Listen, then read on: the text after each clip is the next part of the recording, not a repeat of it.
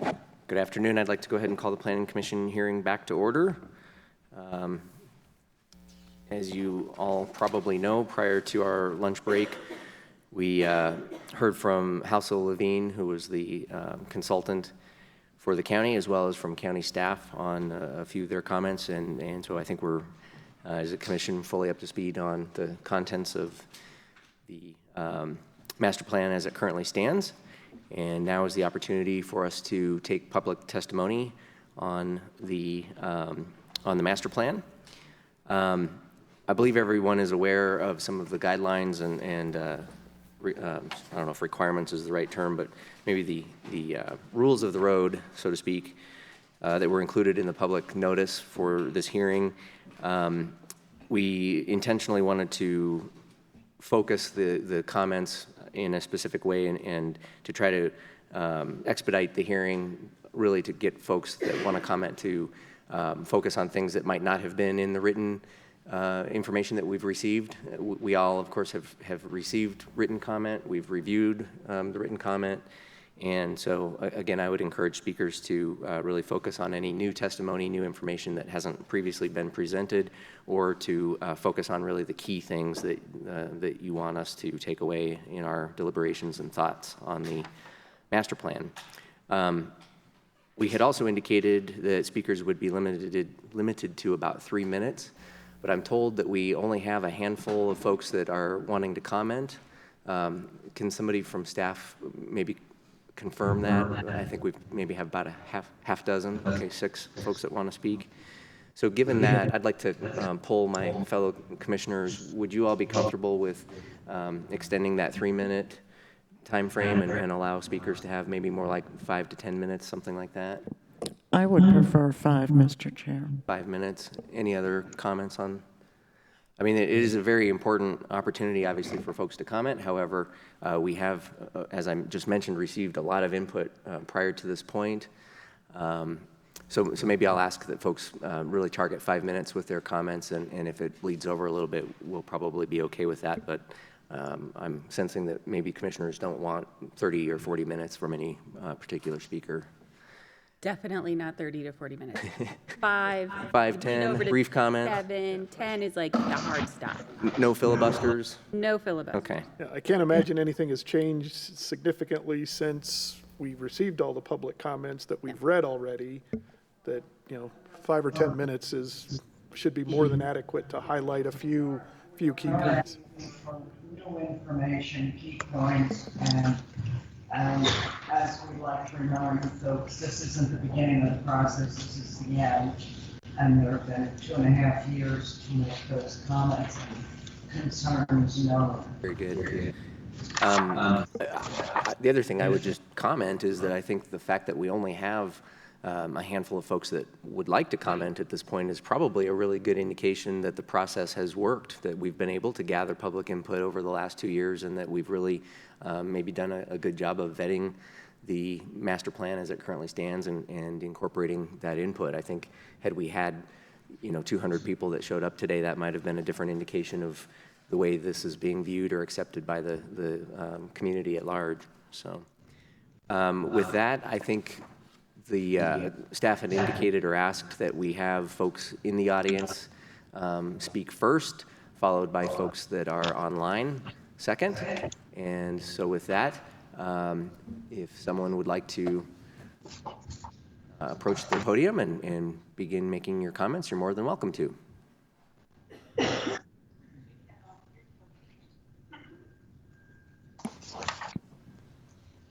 And I would imagine staff would also like the speakers to state their names for the record. Is that probably true? I'd like the overhead, please.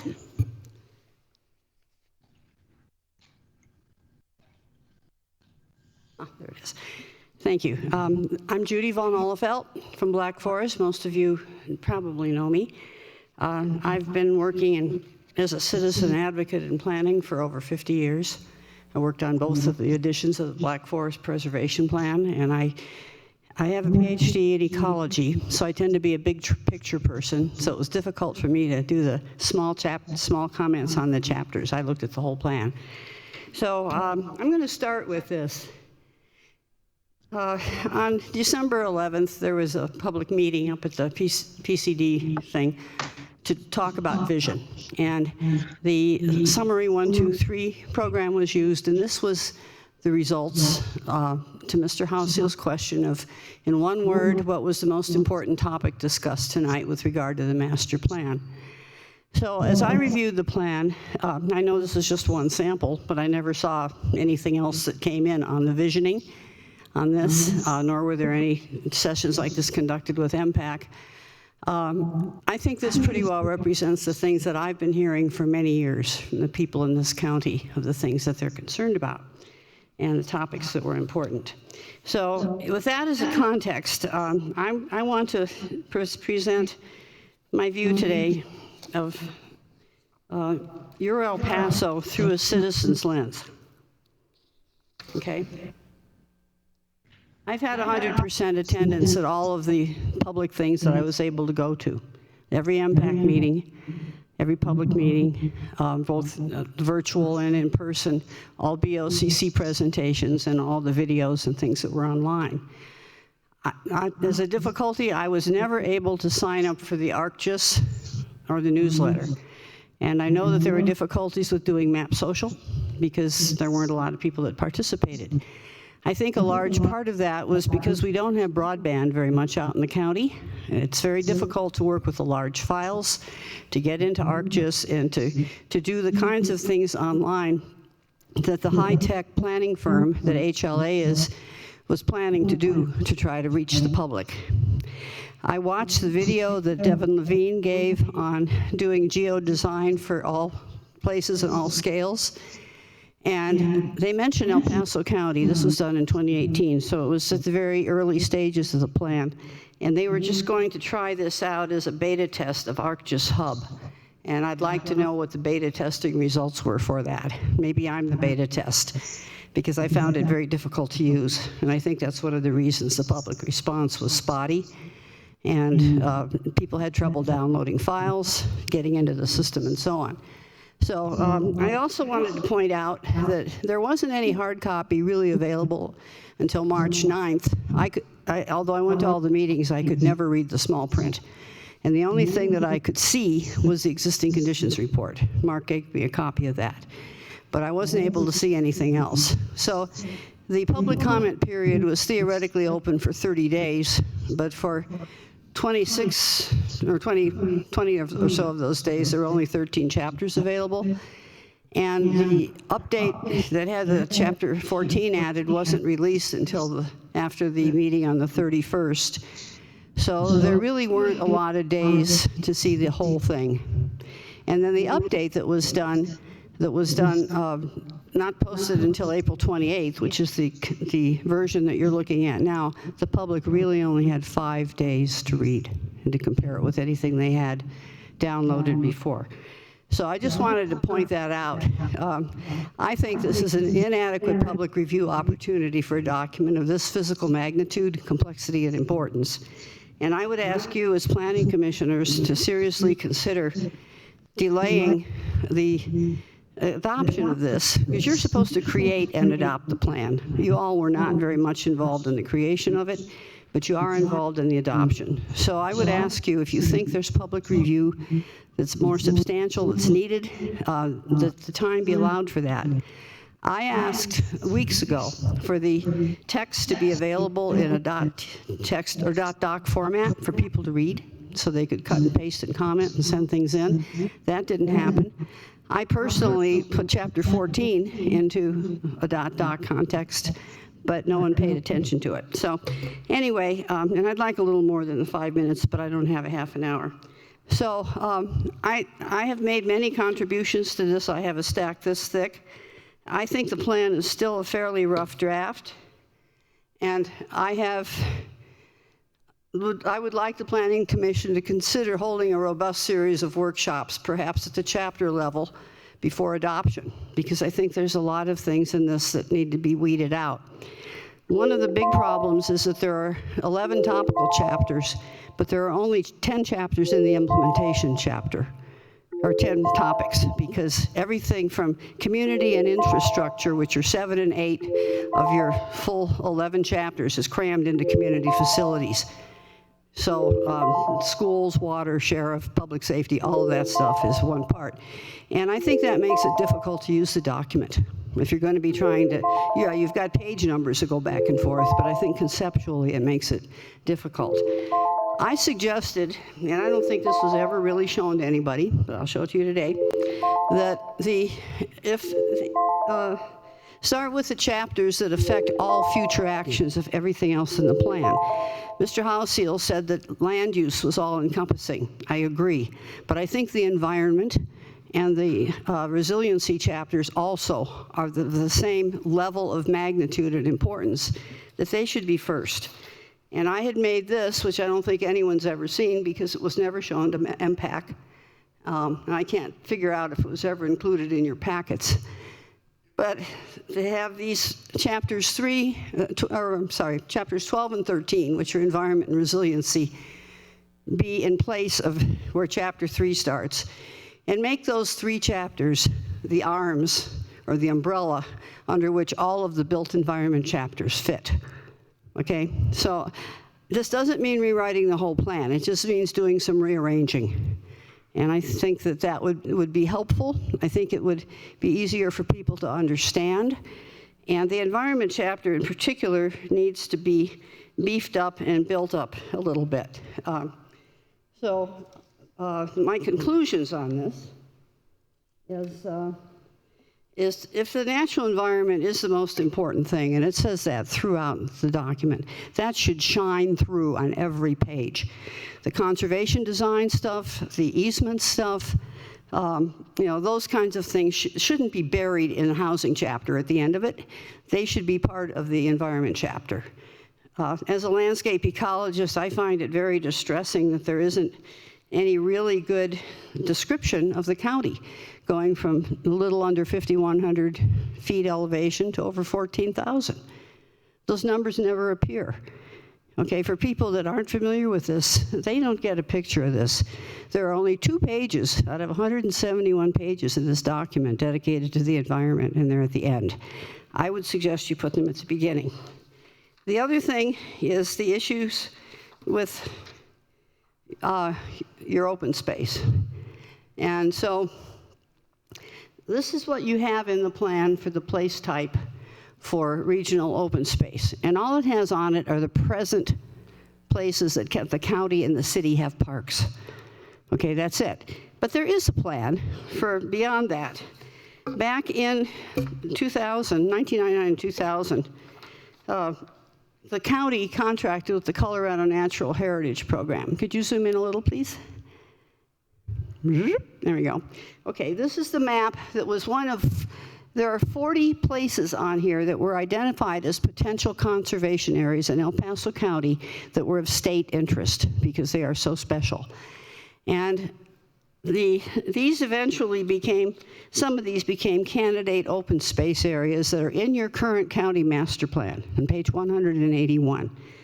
And I'll show you those maps in a minute, but I wanted to bring your attention to this. This is called the Judge Orr Road Conservation Area, potential conservation area. And if you compare that with the maps that we have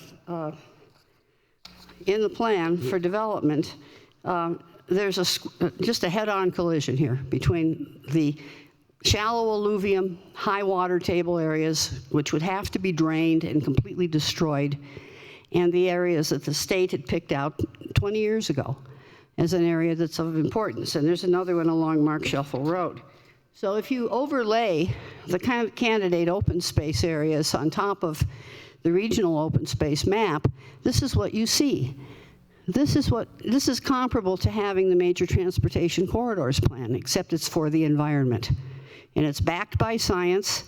The letter that the Natural Heritage Program Director, Dave Anderson, wrote was in your packet, but it was not presented to the MPAC. And I could not find it first before that.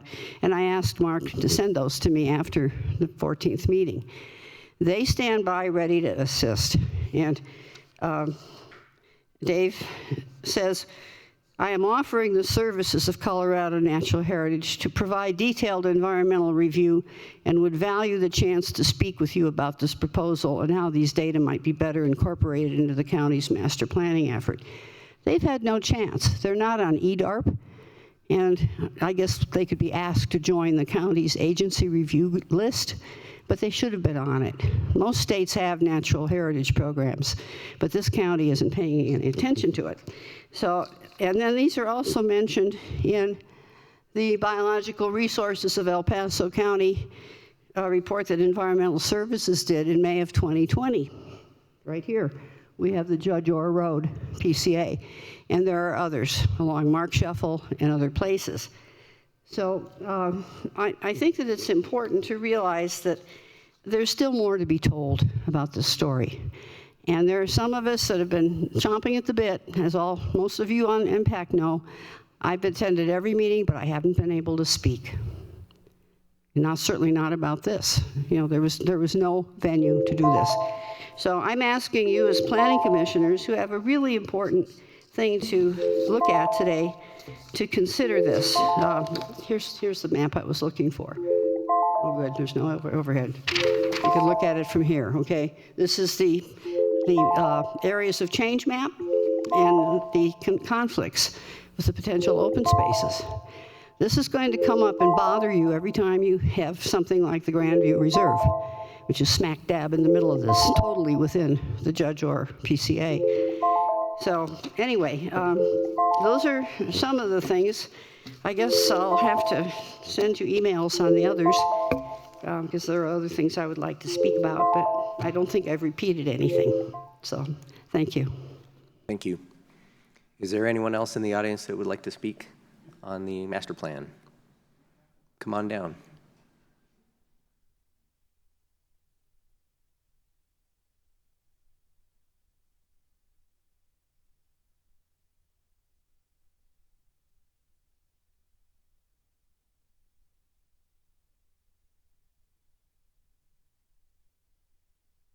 Could I use this thing here?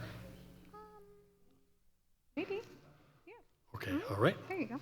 Great, thank you. Commissioners, Terry Stoka. And actually, Mr. Stoka, if you don't mind pausing for just one moment, Nina, maybe you could assist. Terry Stoka, representing the Black Forest. Could I ask you to pause for just 1 minute? I just want to make sure we take care of, if you have an exhibit, ma'am, that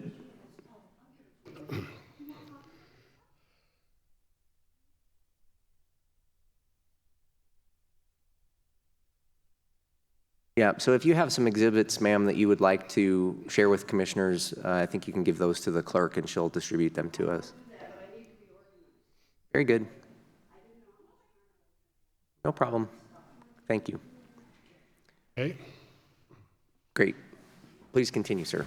I'll tell you. Commissioners, Terry Stoka, representing the Black Forest Land Use Committee and also the 2,000 members of the Friends of Black Forest. I'm coming to you today to make one request for an addition to this plan. We are proposing to request continuation of the Black Forest Preservation Plan 5-acre rule density rule by adding this statement on page 26. Due to the unique history, precedent, and nature of the Black Forest, lot densities in the timbered area will be no less than 5 acres per lot. You've heard about that in your meetings and you're aware of that, but I want to give you a little bit more background that I think will help show how this is a reasonable thing to do. We feel there are a number of precedents. First of all, there are historic precedents. The preservation plan was in existence for 47 years. It was the first small area plan in the whole state of Colorado. That plan clearly stated, even though it was an advisory plan, it clearly stated densities in the timbered area should be no less than 5 acres per lot. The timbered area is rich in history, wildlife, and natural features. Another thing is fire danger. The fire of 2013 burned many more homes on smaller lots just because it tended to jump from house to house. And significantly, the Black Forest is the only significant timbered area available for development in this master plan. There are also current precedents. Under forested areas on page 19 of this draft, it says new development and any redevelopment in the forested area should be of a lower density to mitigate any impacts to the forest. That is right in your master plan. Essentially, if you realize it, the 2.5 acre minimum lot size for large lot residential on page 26 effectively changes the zoning from RR5 to RR2.5, which can affect thousands of acres in the county. I also want to point out, it has been mentioned slightly already, that there were about 340 comments that came in regarding suggestions to the plan, and over 300 of those comments were from the Black Forest. And I acknowledge there were a lot of repeats, but it does tell you that a lot of people care. I want to point that out. So we feel there's no protection for us for large lots in the timbered area. The county staff, we talked to them several times. They tried to assure us that compatibility and conservation design would provide protection. They said compatibility with existing 5 acre lots would dictate larger lots. And they also said that conservation design would require open space and undeveloped areas. Let me tell you a little bit about compatibility, give you an example of how that has been interpreted. The ranch at Raygore and Stapleton was zoned RR 2.5. It would have supported about 200 homes. When the sketch plan came up for approval, the sketch plan showed 2,200 homes. That's 11 times the density. The ranch is surrounded by 5 acre lots on the east, the south, and half of the north. The west side is undeveloped RR5 land. The density jumps from one lot per 5 acres to about 10 lots per 5 acres and about 300 feet. That was called compatible by the Board of County Commissioners. So compatibility can be stretched a long way. Conservation design, what does that mean? Page 131 says, conservation design promotes the use of an environmentally sensitive development pattern that aims to preserve contiguous areas of open space and protect environmental features. To simplify, it means open, undeveloped land. Supports trees, plants, wildlife, and natural settings. And densities of 2.5 acres will double the homes. It will make more homes, more roads, traffic, tree clearing, and congestion. That is almost double the density. Here's a scenario that I would propose could easily happen for future development. Currently, a 100-acre lot can be divided into 20 lots with a 5 acre average, with a cluster design using 2.5 acre lots. That plan will leave about 40 acres of open space. That's under the current cluster design of the preservation plan. Under a new plan, potentially, a developer could design 2.5 acre lots with a 1/2 acre of open space for each lot.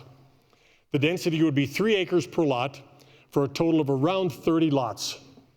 The density only increases from 5 to 2.5. That's a far smaller jump in compatibility than what we saw at the ranch. The development will have about 15 acres of open space to meet conservation design. The development now has 50% more homes, fewer trees, and more congestion. And I guarantee you that the Board of County Commissioners would approve this proposal in a heartbeat. Whoop. Am I down to 0? I have 2 slides left. Yeah, if you're almost Okay. done with your presentation, that's fine. Okay. Now you might say this won't happen. I've stood before this body and the Board of County Commissioners for over 20 years. I've been here a lot of times. I've seen words like compatible and conservation discussed over and over again. I've watched developments like the ranch violate zoning and the preservation plan, and I've watched commissioners justify new developments again and again, supposedly are compatible and conserve natural resources. The bottom line, I feel, is that the plan doesn't have enough teeth to guide development. A lot of good suggestions, but it strips the Black Forest of the last protection we have for lot densities. Compatibility and conservation design are promises, but they're interpretable, and they're variable, and they seem hollow to us. And therefore, our request is that, given the nature of the Black Forest, how unique it is, and its history, that you grant our request to add this statement in there for the lot densities. Thank you. Questions? Thank you, sir. Yes.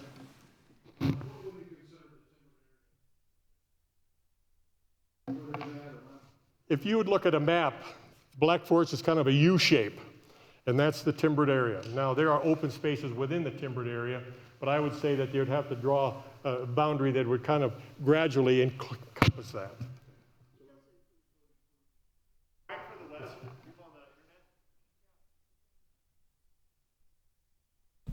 Sorry, my question was whether the your timbered area includes the burn area. And does what you just described, does that include the burn area? Yes. Okay, thank you. The burn area is in the middle of the timbered area. Got it. Thank you. Thank you. Are there any other citizens here in the audience that would like to address the Planning Commission at this time? Okay, seeing none, I guess we'll move then to any of the online participants, and we'll give county staff a minute here to get somebody dialed up.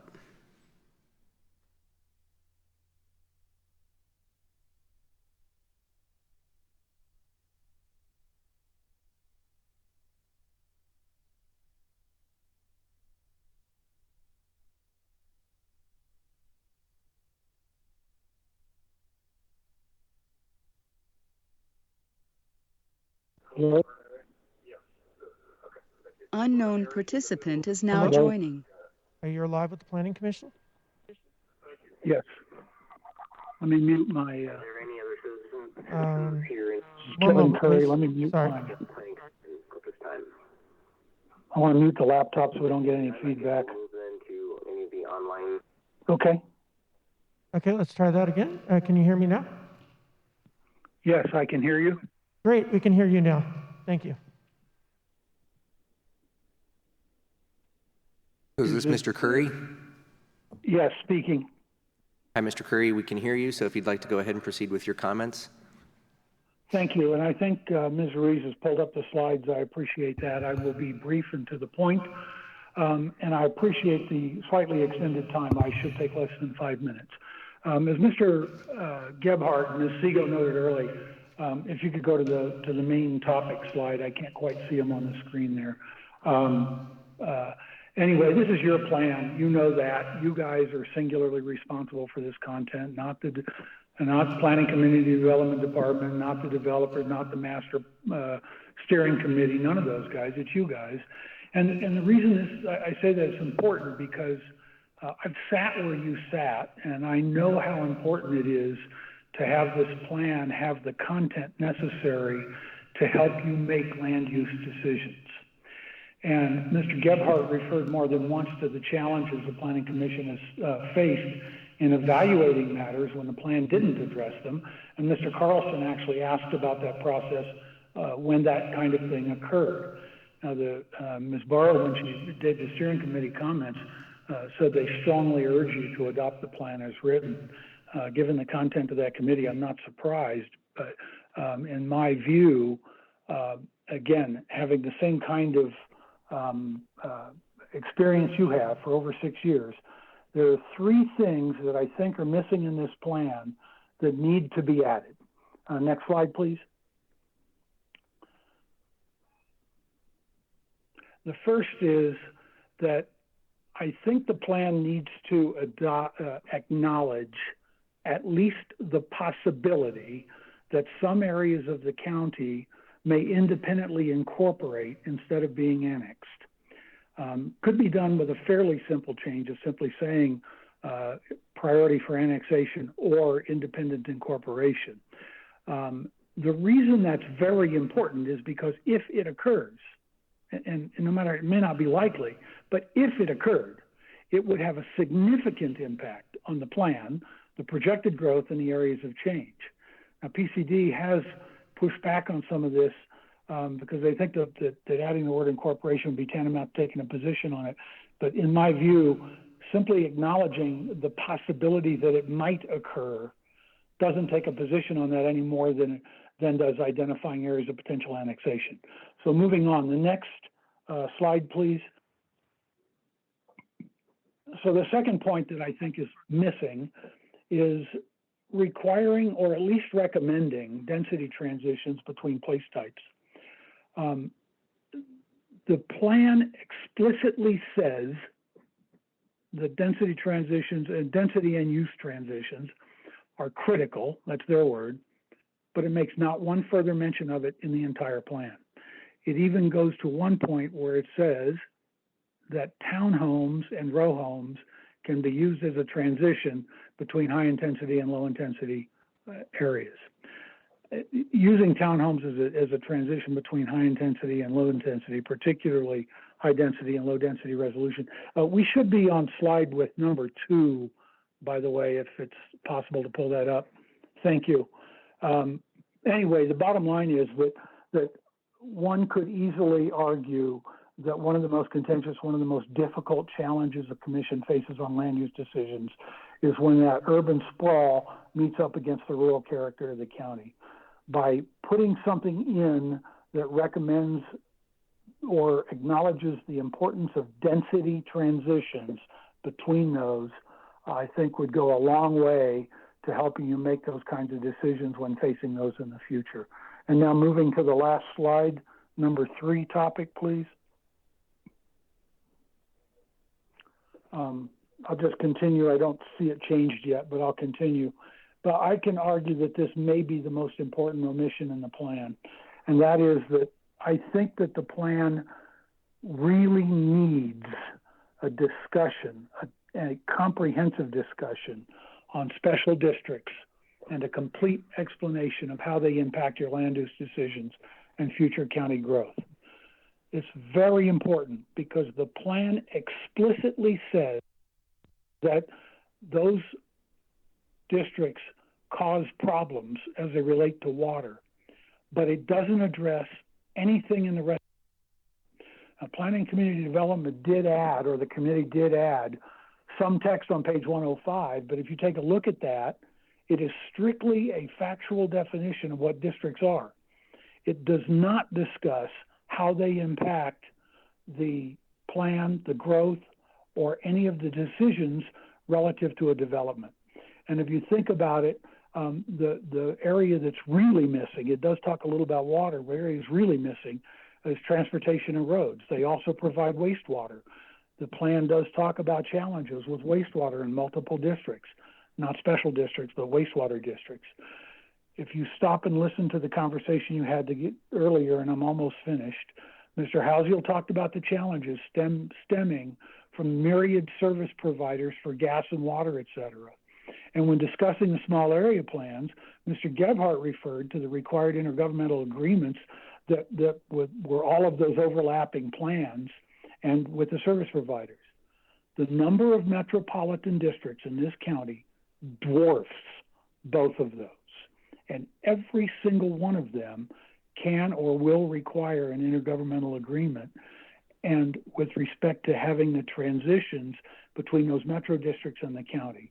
And there is no discussion anywhere in the plan of how those metropolitan districts and special districts impact decisions relative to growth, development, transitions, provision of services, et cetera. And I think it's a major gap that if I were sitting in your shoes in the future trying to evaluate land use decisions, I would have a very hard time understanding how and when it would be appropriate to consider this, and I think it should be added.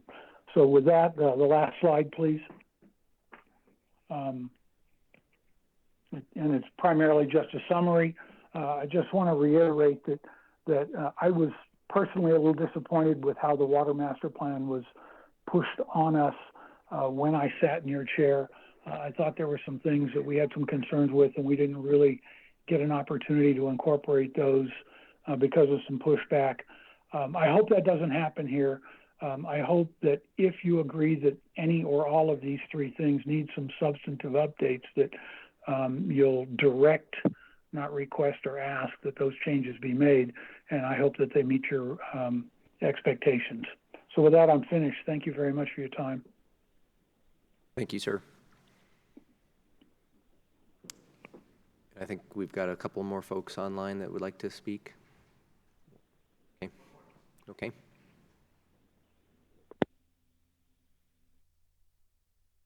Unknown participant is now exiting. Hello? Unknown participant is now joining. Hello? You're live with the Planning Commission? Yes, I'm listening to it now. I just want to make sure I turn it down when I'm next. And ma'am, we can hear you, so we're ready to receive your comments whenever you are ready to make them. Oh, there's someone still presenting though, isn't there? There's a bit of a delay. Okay. Just give me the heads up. You can be heard. There's a bit of a delay, but yes, you can. You are live with the meeting, and you're not interrupting anyone else's presentation. All right, copy that. My name is Ann Werner. I'm the Interim Military Planning Program Manager at PPACG. I just want to thank you all for allowing me to take a few minutes to speak and let you know that this has been a valuable process and a great working partnership between all of us, you know, PPACG, the military, the planning staff. So this is meant as, I guess, friendly fire, so to speak. But just a couple of things here. The military, adding the military to this plan and giving them a specific place type is going over and above what we've seen in other plans and makes a big difference going forward, considering how large of an impact they have on our economics in this county and region, actually. So just a couple of quick things. I had a couple of, the first one here I see on the screen is the letter that came from Colonel Hartless on the 12th of April. And we just want to make sure that the three items that he brought forth in paragraphs 2, 3, and 4 are, you know, recognized. The most important one being that the Air Force Academy Davis Airfield needs an airport overlay. And referencing the ACUs as the second point in that. And then the city, or actually the Code of Federal Regulations, Part 77, which is specific to the FAA rules.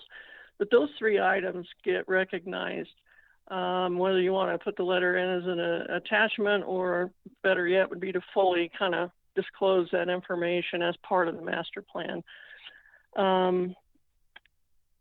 And we recognize too that there's some small kind of a patchwork of county lands east of the airfield that have not been annexed by the city. They may get annexed at some point and they may never get annexed, but we do feel it's important that the overlay for an airport be recognized until those lands get annexed, because until then they're still under the jurisdiction of the county. That's all I have for the academy. The second attachment is just sort of a copy of what Schriever Air Force Base submitted to the county as their comments. And that can be kind of summed up as there's most of the comments, I think, or part of them were addressed in this draft that was presented to you today. But there's some others that need to get updated regarding maps and easements, mountain metro transit, and base population numbers. And those are specifically identified in on certain pages that were submitted in that the second attachment that I sent. You'll see those. But anyway, I think those are probably fairly easy to address and should be able to get those done by the 26th of May. So just again, just to wrap up, you know, recognizing the military and their importance in this region, this plan does an excellent job. I can't say that enough. I feel like we have a great team in our region to work on these things. And we also want to recognize, you know, and that collaboration. We've had an opportunity here between what we did with our joint land use study in 2018 to our implementation now, and we're going to move into a second phase of implementation this year, going for another full 2 years, implementing the actions that we brought forth in our original study. So we have an opportunity to continue to work with not just the military installations, but drilling down into our regional partners. So we look forward to that. I just want to thank you again. Let me know if you have any questions, and the phone number that staff has is a good way to reach me. Thank you. Thank you, ma'am. Do we have anyone else online that has indicated they would like to speak? Okay. And Tracy, have we received any other notification of? Okay.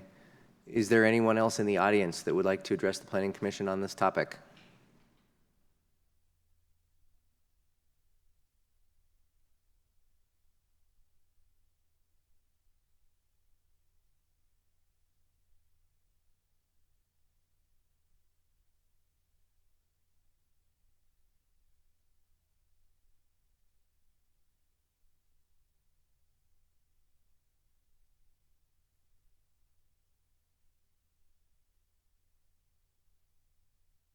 So I'm assuming we don't have anyone else that would like to speak on the.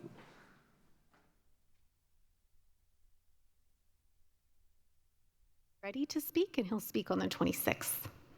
Okay, very good. Chair? Yes. She mentioned a second attachment? I just saw the one letter. Do we have her second attachment? I think the second item was pulled up. Yeah, I did pull it up, and I'll scroll very slowly through it again if you would like. That was the first one. Yeah.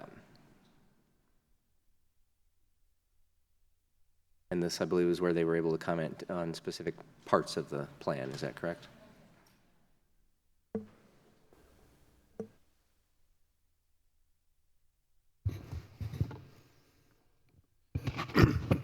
What Nina is pulling up on the screen is a response from Schriever Air Force Base, and the majority of the questions were addressed, and what happened is when this was brought over, it didn't highlight those ones that weren't addressed.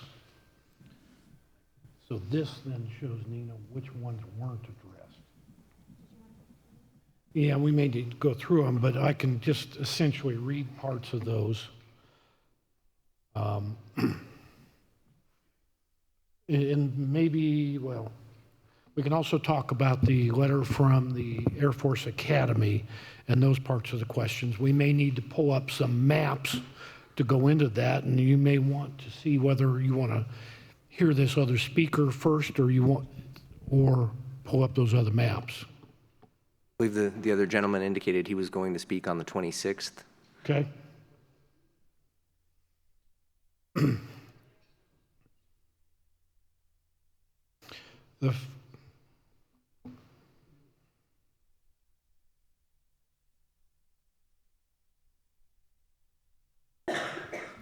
The first question I've highlighted, it disappeared on me. These are from the comments from Schriever Air Force Base. We addressed all of them except for it keeps changing on me. And their question is, did we show the proper maps based upon federal and local? I thought I had those changed because I made modifications to those maps, and apparently maybe I didn't get them accurately shown.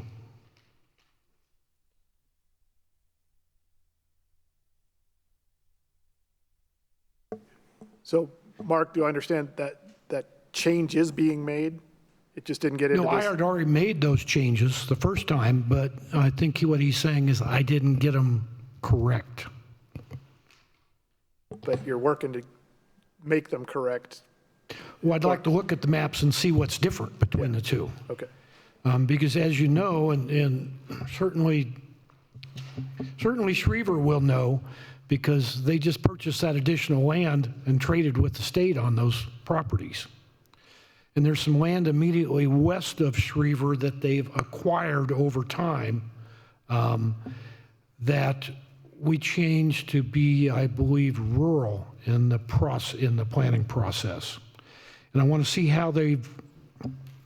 what those final maps show.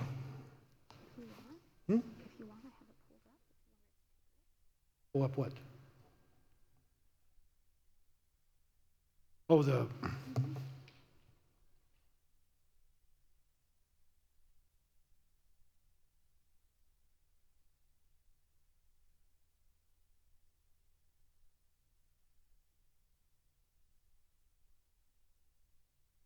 this fancy mapping system is in the website right now. This is the story map, but with a little better level of detail.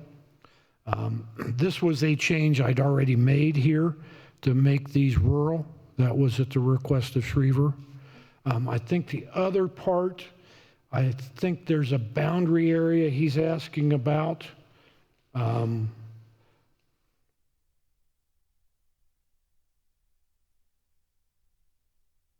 Large lots and ranches on the northeast, there should be a half-mile gap. And on the west, there's 2 small residential parcels surrounded by state land boards. So I think he's either asking these parcels in here that I'll need to double check, but I thought those were privately owned when I did this map. So.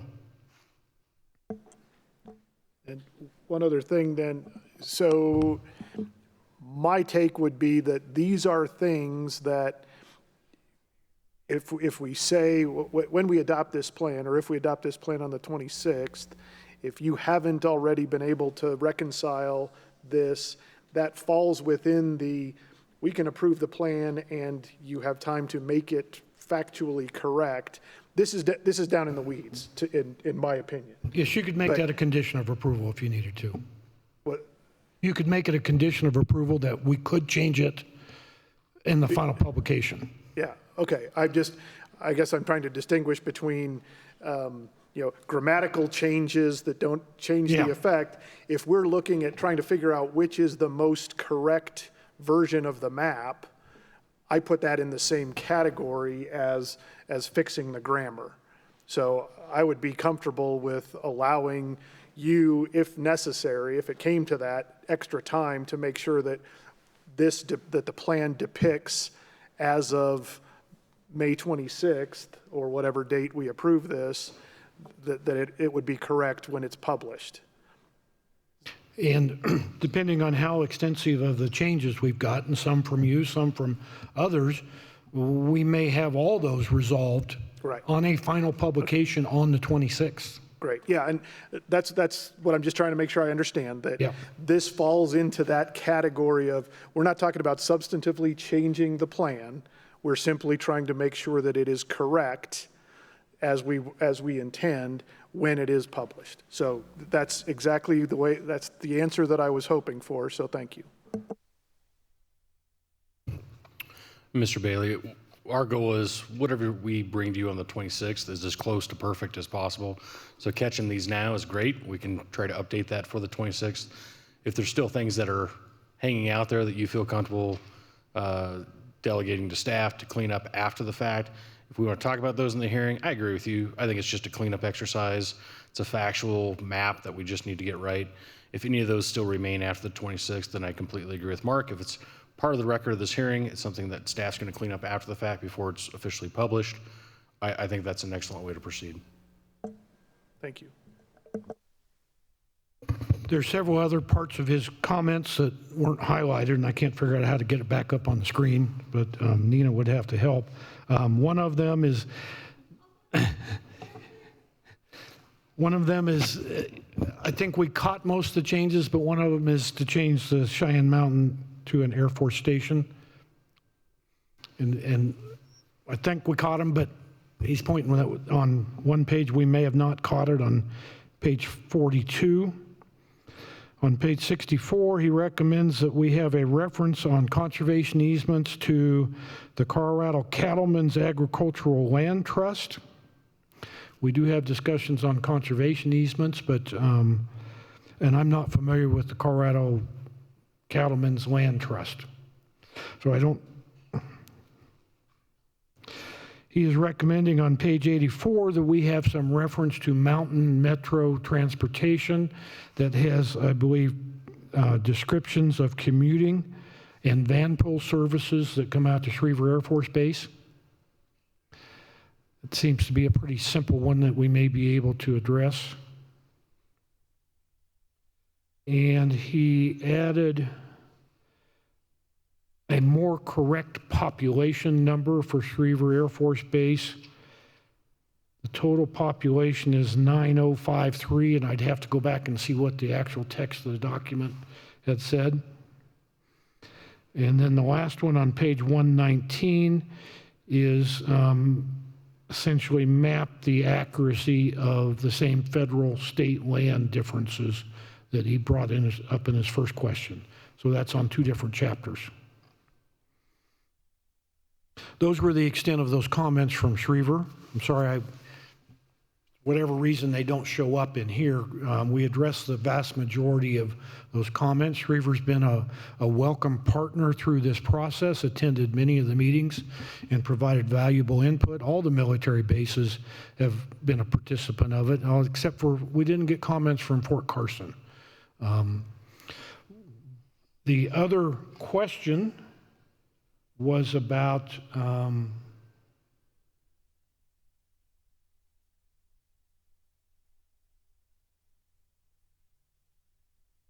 the Air Force Academy, and I'll try to zoom in a little further. Air Force Academy Airfield is over here, where my cursor is. These lands are county jurisdiction lands. They are primarily 2.5 to 5 acre lots. There are 6 parcels here that have a portion impacted by what's called a clear zone. To back that up a little bit, we have never adopted airport airport standards or overlay zoning for Air Force Academy. They've somewhat requested it a couple years ago. When they provided a compatible use study to us, they've asked us to, or they would probably ask us to adopt airport overlay, but we would have to create an entire new zone district for that overlay. So we're thinking that's more on the regulatory issue, but I want to point out a couple things with that. Is the back portion of these lots, which is down the hill, could be affected by the clear zone. 16 lots would be in the APZ1 or APZ2, which are regulatory aspects of airport overlay zoning that are all in 2.5 acre lots and are already developed. There's houses on them. So the overlay in part would say, normally the overlays would say, if there's a restriction on height within these areas. Well, those houses are already built with a height that is only allowed at 30 feet. It's far enough away from the airport, they couldn't provide the numbers, but it's far enough away from the airport. If the plane's flying over at 30 feet, we've got a real problem right there. Their bigger question is what that overlay for the airfield would go out into the city and would provide an overlay that would have certain restrictions on it as well. They're more concerned, or a significant concern, is if a cell phone tower went up or something that exceeds those 30-foot height restrictions. There's a very limited possibility of that within those residential areas because they're all zoned residential, and the master plan calls them suburban, essentially, because they're surrounded by city suburban as well. But the city doesn't provide water or sewer in that location. So there's really not that much opportunity to redevelop those. Those are the thoughts that we had as staff. One, think some of that would be regulatory. 2, we'd have to create an entire new zone district and apply that zone district to those properties. So we didn't elevate that to the highest level and include it directly in the master plan. One third comment, and you'll see it from Mr. Hartless's comments, was that in the airfield areas east of Colorado Springs, out where the wind farm areas are, he recommends that towers and structures that exceed the height restriction, especially towers, have a certain notice. 7460 is Mr. Morris will explain in very great detail. 7460 is the federal standard for airports, and it provides that if you have a tower over 200 feet tall, then you have to fill out a form and go through this specific process with the airport. There's also a provision that within 20,000 square feet of the end of the runway, a 7460 form may be required. And what the Air Force as asking is that we require that at essentially where those airfield or where those flight areas are east of Colorado Springs, clear out at the county line, essentially, and that we notify anyone anytime they exceed 200 feet, which is a federal standard that is inherent, and then the question is, should we have that in our master plan? Because that's a federal requirement anyway. And the second part is that any towers in those areas be a conditional use. Well, in that area, any wind farm would be a rezoning application to an overlay zone and would be a 1041 approval. So there's a public process for that. And any towers in that area would be most likely a special use because you can have a tower in that location as a permitted use or an allowed use if it's a stealth tower. If you're familiar with that area of the county, it's probably pretty hard to put a stealth tower on the eastern plains and have any height that would then exceed some level. So then if it's not stealth, then it would be a special use approval. So those are I'm getting way deep into the comments on the level of detail as we're looking at that. So we're happy to have any further discussion relative to that if you desire. I guess I'll go first, Eric, sorry.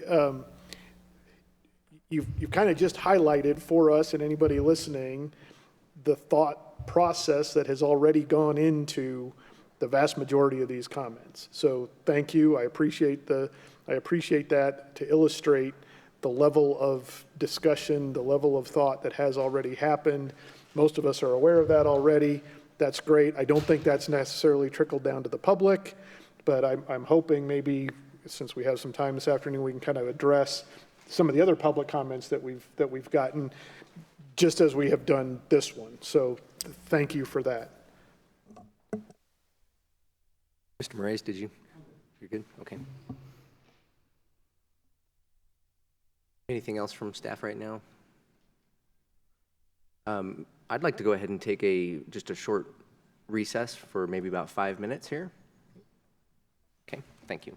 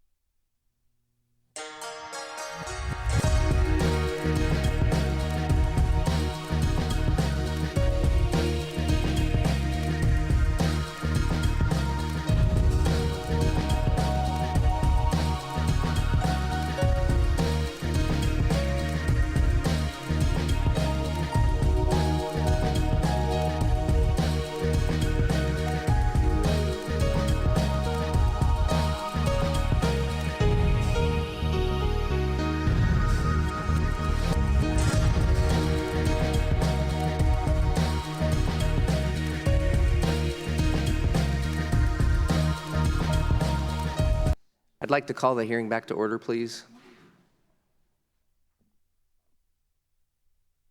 So we heard public comment from just a handful of speakers. Mr. Gebhardt responded to a few questions with regard to Schriever and the Air Force Academy. I think given that we have a little bit of time left today, I'd like to request that staff respond to the other comments that we've received so far, and they can be brief responses as staff sees fit, but I think it might be helpful for us in our deliberations to have a little bit better understanding of maybe where staff is with regard to those comments.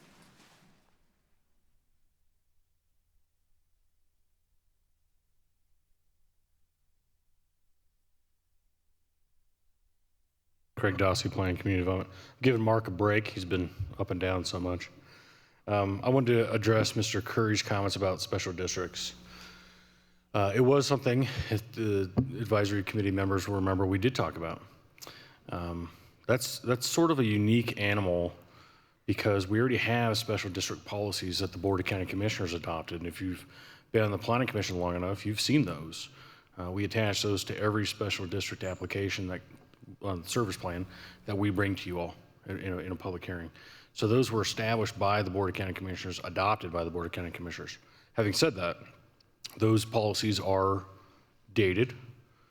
We're already in the process of trying to figure out when we're going to have bandwidth to take on updating those policies. Part of what kind of the game planning of that is the city's going through the same process. Not that I always wait for the city to do their thing, but I think it would be good to be able to kind of pair up with the city so that the policies are somewhat universal across jurisdictional boundaries.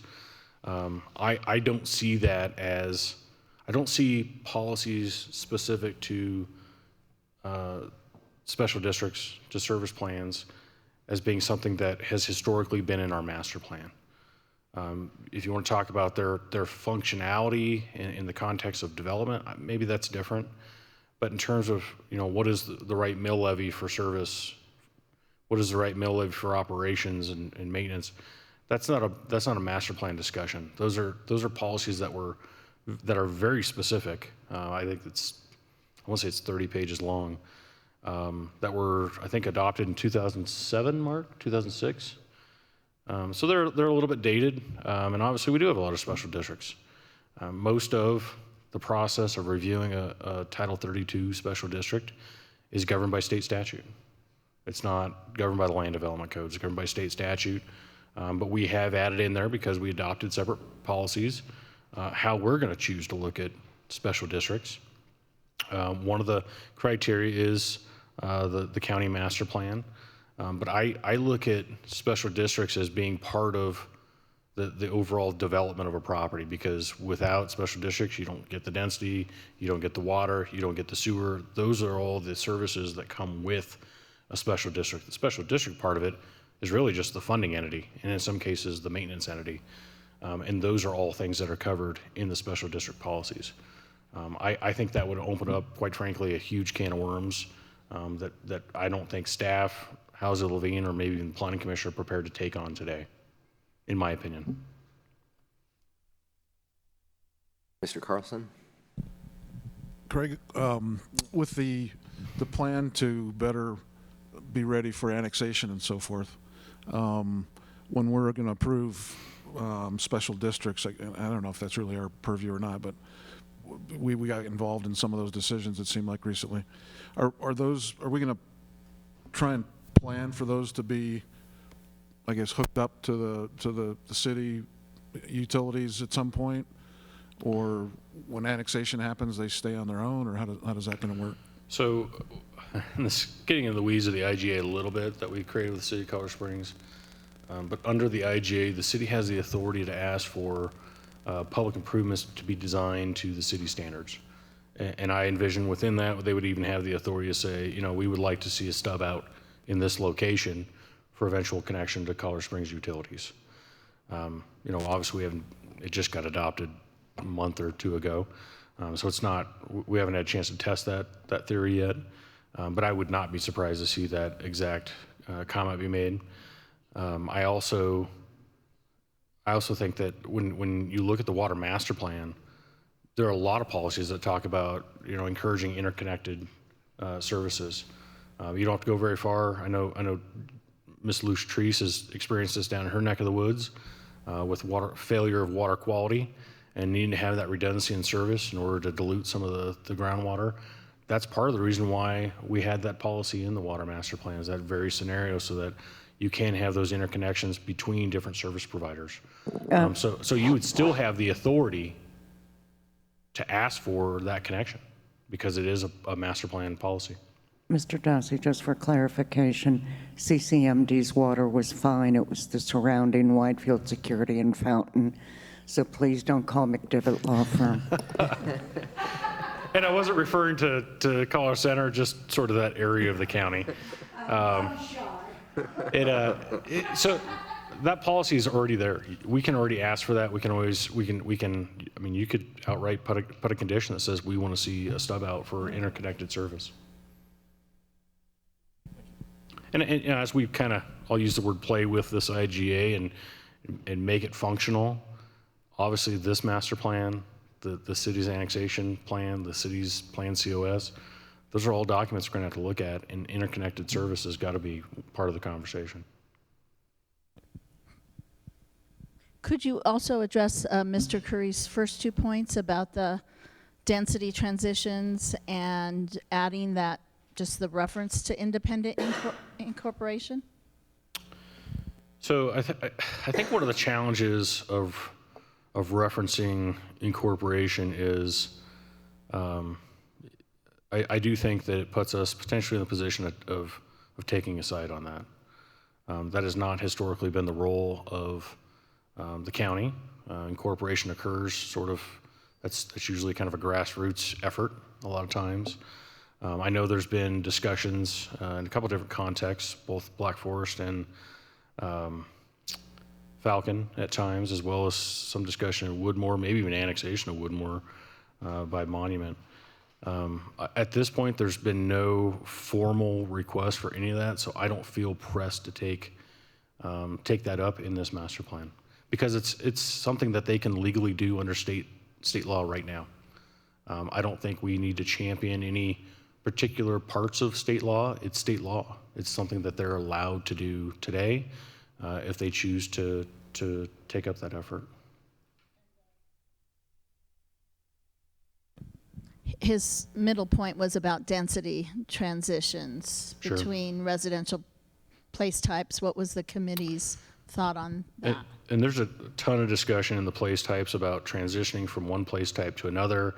One of the last efforts that we went through in drafting this plan was on the implementation chapter, looking at what happens if it's like a fringe location. Is it okay to extend a place type into another place type that previously didn't have that designation? And how do you evaluate that? So I guess I have to kind of fundamentally disagree. I think it's been touched on in a lot of different areas. We talk about compatibility. Compatibility, I wouldn't say it supersedes place type, but in my opinion, place type is kind of the starting point of the conversation. Compatibility is sort of the end point of that conversation in terms of use-to-use transitions. The place types they're lines on a map, right? We fully anticipate that these maps probably are going to have to change over the course of 5-10 years, and that happens as we experience more and more growth and probably expansion of some of the place types. Mr. Trowbridge? Thank you. Just to follow up with that, Mr. Curry talked about providing an appropriate density and use transition, and that exact phrase actually appears in the document on page 23. And then to your point, Craig, in the place type transition, that's a section, and, starting at page 46, and it lays out the place types left to right, and the intent is that you want to keep place types adjacent in that continuum, and you wouldn't want to have a big jump from one end of that spectrum right next to one and another, and that's up to us and the board to guide that when somebody comes with an application that tries to do that. Yeah, and I I agree with you. I think we have covered it, but I think the challenge you have is when you write a master plan, you're covering the entire county, right? There's going to be property ownership development scenarios that are different from property to property. And if you try to say this is how all transitions need to happen, inherently you're going to be wrong, and you're going to get it wrong on a number of different instances. The transitions are more property specific, development specific. That's when we need to have those discussions on a more project by project basis, not within the context of a master plan. It's important to highlight that that's important and even provide guidance on maybe what the expectations should be. But in terms of drawing it on a map or saying it has to be this type of transition, I don't think that's fair to all of you. I don't think that's fair to the Board of County Commissioners and every future version of the Planning Commission and Board of County Commissioners, because I think that's an ever-changing thing as development occurs. Reyes? Yeah, and I agree. There's when I read page 46 and I read the place type transitions, I guess my biggest fear or concern, and I like how it has flexibility. We need to have flexibility in the plan, but I can envision at some point, the dominoes falling, going, well, hey, I'm adjacent to this zoning district, which is kind of akin to this place type, so I'd like to rezone to something similar. And now you've extended that place type. Let's call it urban next to suburban, or suburban next to large lot. You have the suburban, and you have a developer come in and say, I want to develop this because I'm compatible with what's just to my east. And so now what was supposed to be large lot now becomes suburban. And now, fast forward a couple years, and the property just to the side of that goes, hey, they're suburban. Right now you're supposed to say I'm large lot, but we're compatible because we touch. And now I want to be a suburban type place type in a zoning that's akin, compatible with that. And I could see where the dominoes can fall, and soon you have these fingers, these tracks that kind of stick out, and the place types, were we expecting that? Probably not. And so I think it's maybe a discussion here as these things come up is talking about the spirit and the intent of the master plan, and saying, well, how, again, you don't want to be unfair to a landowner for what they want to do with their property, but at a certain point, as these dominoes start falling, is it the right thing to do as we kind of adjust place types, and we just kind of go, well, because of next door, we're going to do this, and because of next door, we're going to do this, and because of next door, we're going to do this, and all of a sudden now we're not adhering to the place type. And I see it more as a developer typically wants to come in and put more density in there. And so now you could have these large lots or rural areas that become suburban, or suburban to urban, and we weren't expecting that in the plan. And so that's just my concern as I read this page 46 and place type transitions, that I think we and the future commissions need to kind of take heed. I agree. And there's some language that we added in about sort of the one-off uses and how you would handle those. If you get this leapfrogging effect, even taking a step beyond what you identified, Mr. Moraes, this sort of one-off land use that comes in, maybe it is high density that's out in the middle of nowhere. There are a litany of policies and goals that they're going to be held accountable for. Are we ignoring other things for the sake of higher density in a certain area? Those are all the things that you're going to have to balance. I mean, that's what we're talking about, is when you evaluate land use applications and the Board of County Commissioners evaluates them, you're balancing a lot of different competing interests. You're not going to get 100% on your test score if you're a developer in every scenario. And so that's where your judgment comes in, and you say, do we want to perpetuate this density in this finger? Maybe if it has urban services, maybe if it provides a more affordable housing base. There's so many other competing interests that go into a decision like that, not just place type. It goes well beyond that. And there's going to be a lot of obstacles to allowing something like that to happen in every scenario. There's man-made obstacles, there's landfills, there's natural obstacles, corral bluffs. There's other obstacles like the existence of already platted lots that sort of frame in other areas that maybe aren't developed yet. So you could get pockets where you see that. But I think, this fear of kind of ongoing sprawl and perpetuating a density that maybe was allowed closer to the city area, I don't think that's as likely to happen because of the parcel configuration that's out there right now. There's a few exceptions, obviously going out 94, heading out to Schriever, but we've already mapped that as something that likely could be annexed by the city of Colorado Springs. So there's a lot of what ifs and possibilities, but there's all these other things beyond place types that sort of counterbalance that as well. Yeah, I think I would see it more in these A35s, you know, an A35 next to an A35 next to an A35 could easily do that domino effect. Not so much with what's already 2.5 or what, you know, what's already smaller, but these big A35s that are really 100 acres, even though they're zone A35, you know. And by the time heavy development gets into that area, I'm hoping we will have already updated this plan. I'm hoping that's maybe past my time at the county. Ms. Jack? I'm Craig, and I probably should know this, but when SDS came up and the new water treatment plant out there, is that in the county or in the city? And I think there's other utilities that are in the county that belong to the city. Why wouldn't the city just annex those? Maybe that's too deep, but No, that's a great question. There are city-owned properties. There's city-owned facilities that are in the county. One of the requests that came from me personally in writing to the city was, why don't you go ahead and just annex those properties? Because under state statute, they don't have to have contiguity. If they own the property, they can annex them right away. The treatment facility that you're referring to is located right there. And that facility is now within the city of Colorado Springs. It was permitted through the county. I was actually the planner that reviewed that. So at the time, it was actually in the county, but it has since been annexed.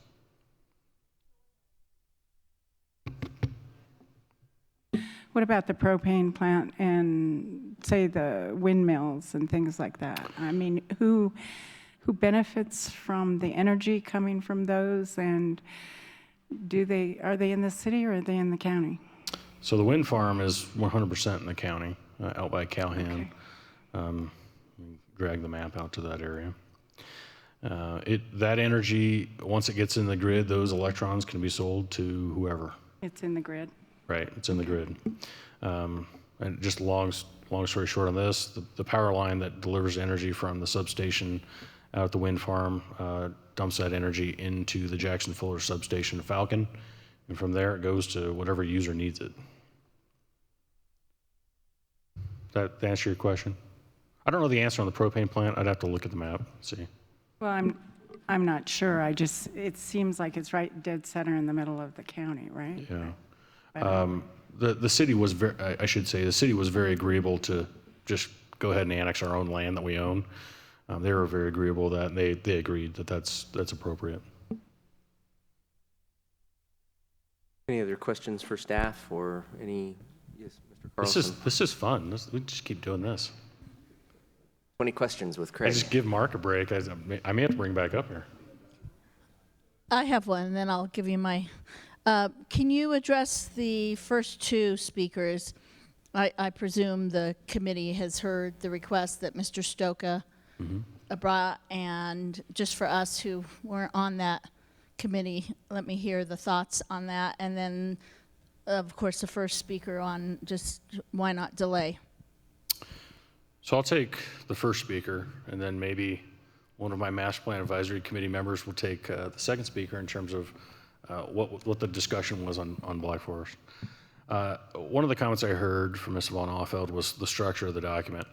The structure of the document was discussed in detail with the Master Plan Advisory Committee early on. It had to be, obviously, in order to kind of set the structure for drafting the overall plan. I agree. Obviously, the environmental impacts of anything that we do is very important. I don't feel like we've ignored the environment. As a matter of fact, I think we've done a really good job bringing that into the discussion. One of the main points that we discussed in the master plan, especially early on in housing, is on conservation design. There's more discussion in this plan than all of the policies and goals combined in the existing policy plan. To the extent of providing mapping, options for clustering, the impact of that or the benefit of that in terms of minimizing the extension of infrastructure, which is not a little thing. When you talk about dedicating roads and other public infrastructure to the county, that is a heavy burden on the county to maintain all that infrastructure. So it's not just an environmental aspect that we're trying to target, it's also minimizing that infrastructure and the ultimate outcome, which is the county's cost to maintain that infrastructure. So on the environmental side, I don't feel like maybe we haven't done it to that speaker's satisfaction, but I don't feel like we've ignored it. I don't think that's fair treatment of the plan. With regard to the structure, I think that the Master Plan Advisory Committee was very happy with the structure. I think it's very logical the way it's laid out. One of the things that I'm very proud of is that we actually have a chapter on the military, which I think you heard from PPACG. Most of our other small area plans, I think almost all of them, except for maybe one, didn't even mention the military, which is, in my opinion, alarming considering we have 5 bases in this county. The fact that we added that in, and I think it deserved its own chapter. I don't think burying the military under an environmental umbrella does it justice either. So I think the way that it's structured is logical. I think it makes a lot of sense.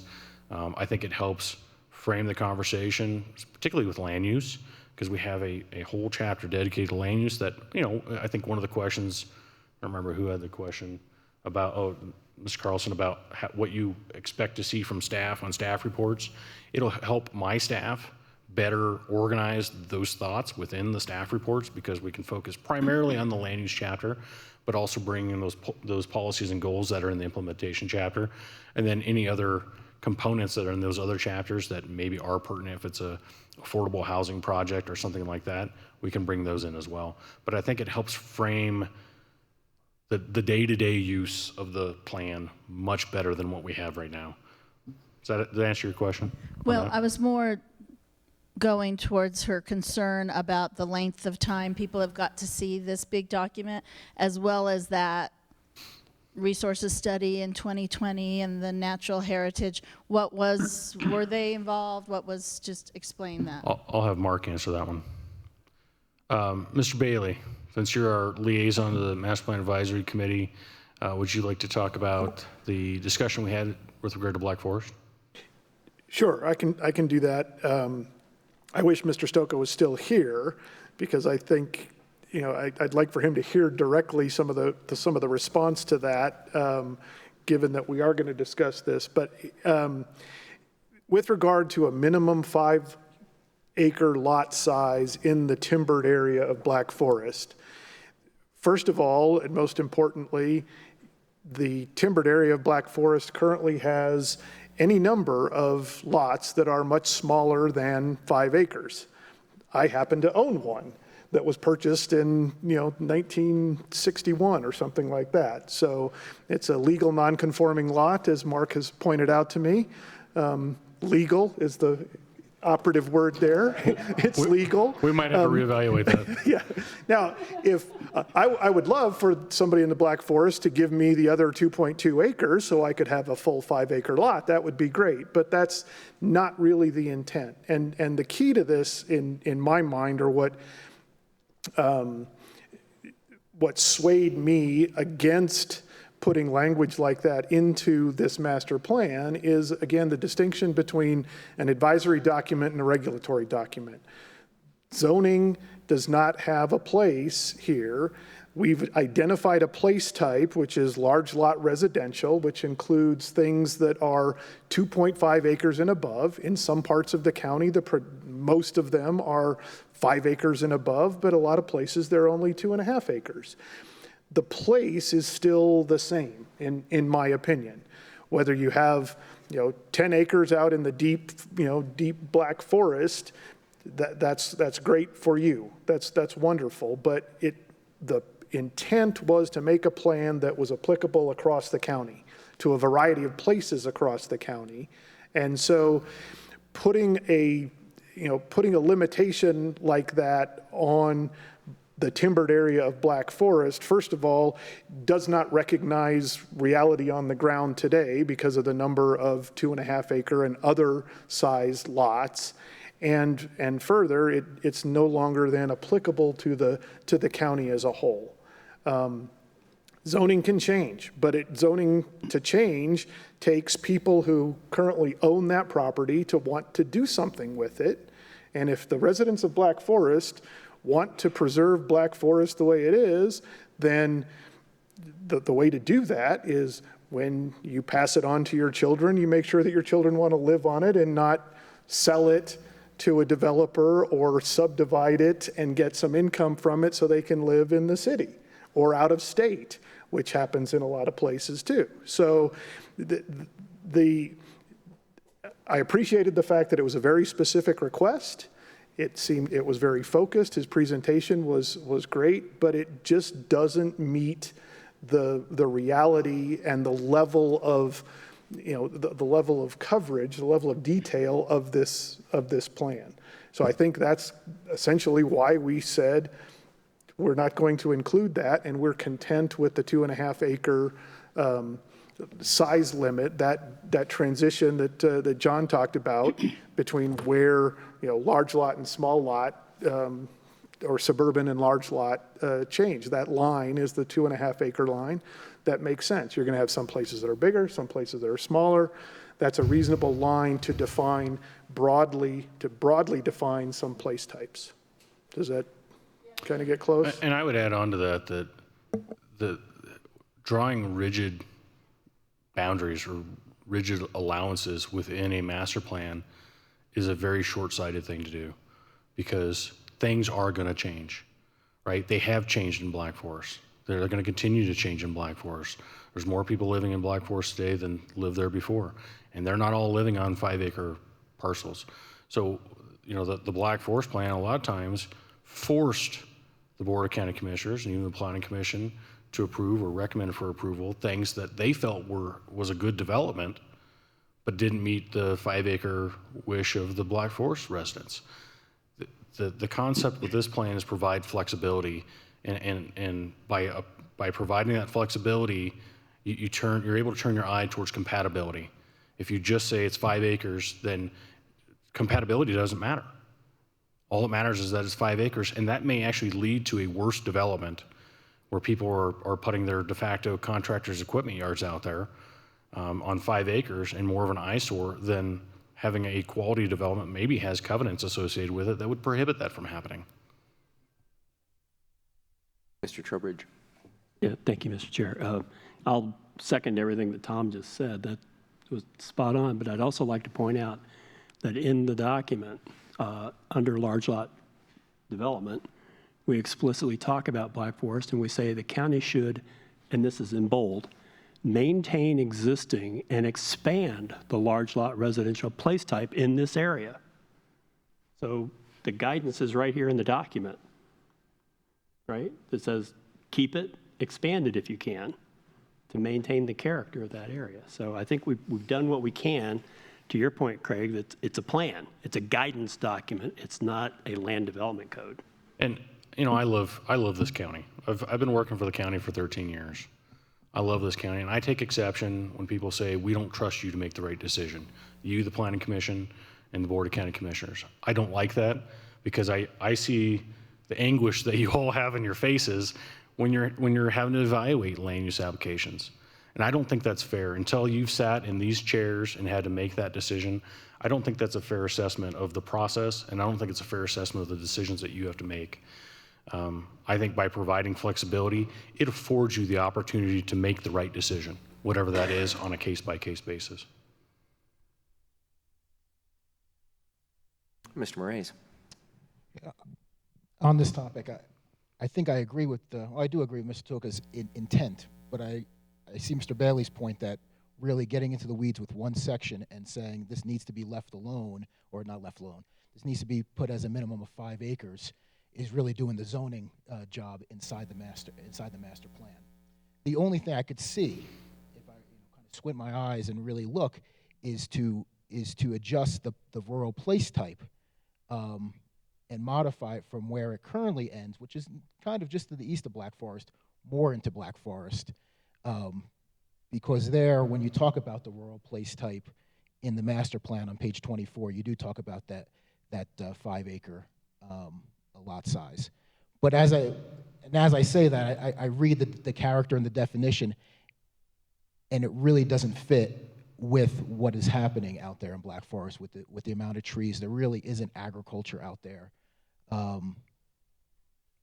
There's no farms, as far as I know, out in that area. So again, it would be tough for me to say it's rural, but that would be one way that if we see a need to try to keep these around 5 acres or more, is to adjust the rural place type on page 24, the chart to kind of push it more towards the west, towards Black Forest. I think Mr. Stoker brought up zoning, particularly in the context of Black Forest. And in some scenarios, when a jurisdiction does a new master plan, the next step is not only to change the code to kind of try to implement some of the policies and goals of the master plan, but there might actually be a city or a county initiated rezoning of certain areas. We're not proposing to do that. So the benefit of that is when somebody does come in to try to change the zoning from R5, which most of Black Forest is zoned, they're going to have to make this argument before you all and before the Board of County Commissioners that this is appropriate to go below 5 acres in zoning, even though the place type might suggest it. How are you maintaining that compatibility? What other things are you providing to justify getting down that low? Just because the place type says it does not make it zoning. There are so many other things you're going to be able to consider that, quite frankly, you're not really allowed to consider because our master plan doesn't address right now. Carlson.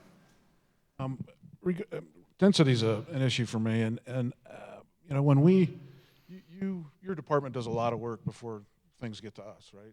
Tons of work. A lot of people. The developer spends a lot of money. I think it's on. The developer or the applicant has spent a lot of money to get to our point. So by the time it gets to us, there's been all this work done, and even when we want to change things, it's hard to get this many people to say, hey, sorry, go back and try again.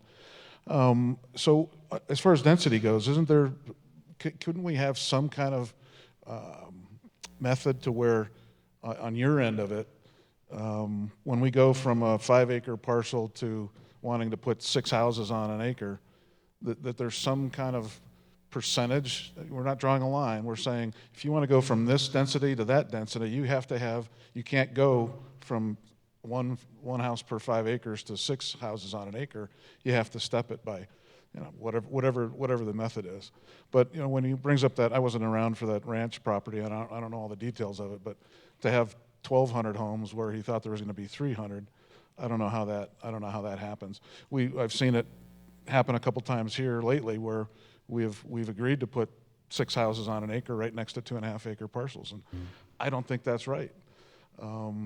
But we don't want to undo all the work that's already been done in order to, go back. And in my mind, if we're talking about transition areas, that ought to be a transition, and that ought to be some kind of percentage. Now, I'm sitting at the kids' table, so I don't have the land development code with me here. But we'll get you a second. How many mashed potatoes? How many single-family detached zones are there? Single-family attached or detached? Detached. Really, you could have that in A35, A5, R5, R2.5, and then RS or the 20,000, 6,000, 5,000. Actually, you can even have it in multifamily zoning. Okay, well. So there's anyway, a lot of options for that. There's more between a 2.5-acre lot and going to 5 houses per acre, right? Yeah. It just seems to me we ought to at least try for that when those kind of changes in density come in. Well, and maybe you do, and that we haven't seen that. Yeah, part of it. and you see that at so many different levels of the development process. If you're talking about a bigger project, right? You kind of brought up a smaller project, but even with bigger projects, you start with a sketch plan. Almost 100% of the sketch plan review is going to be based on this, on the master plan. So and there hasn't been a lot of money spent. They're not doing engineering design at sketch plan level, right? It's pretty conceptual. Then if you take it a step lower and you say, okay, we're going to look at a PUD stage, yeah, they're going to spend some time laying out the major roads, maybe laying out the lots.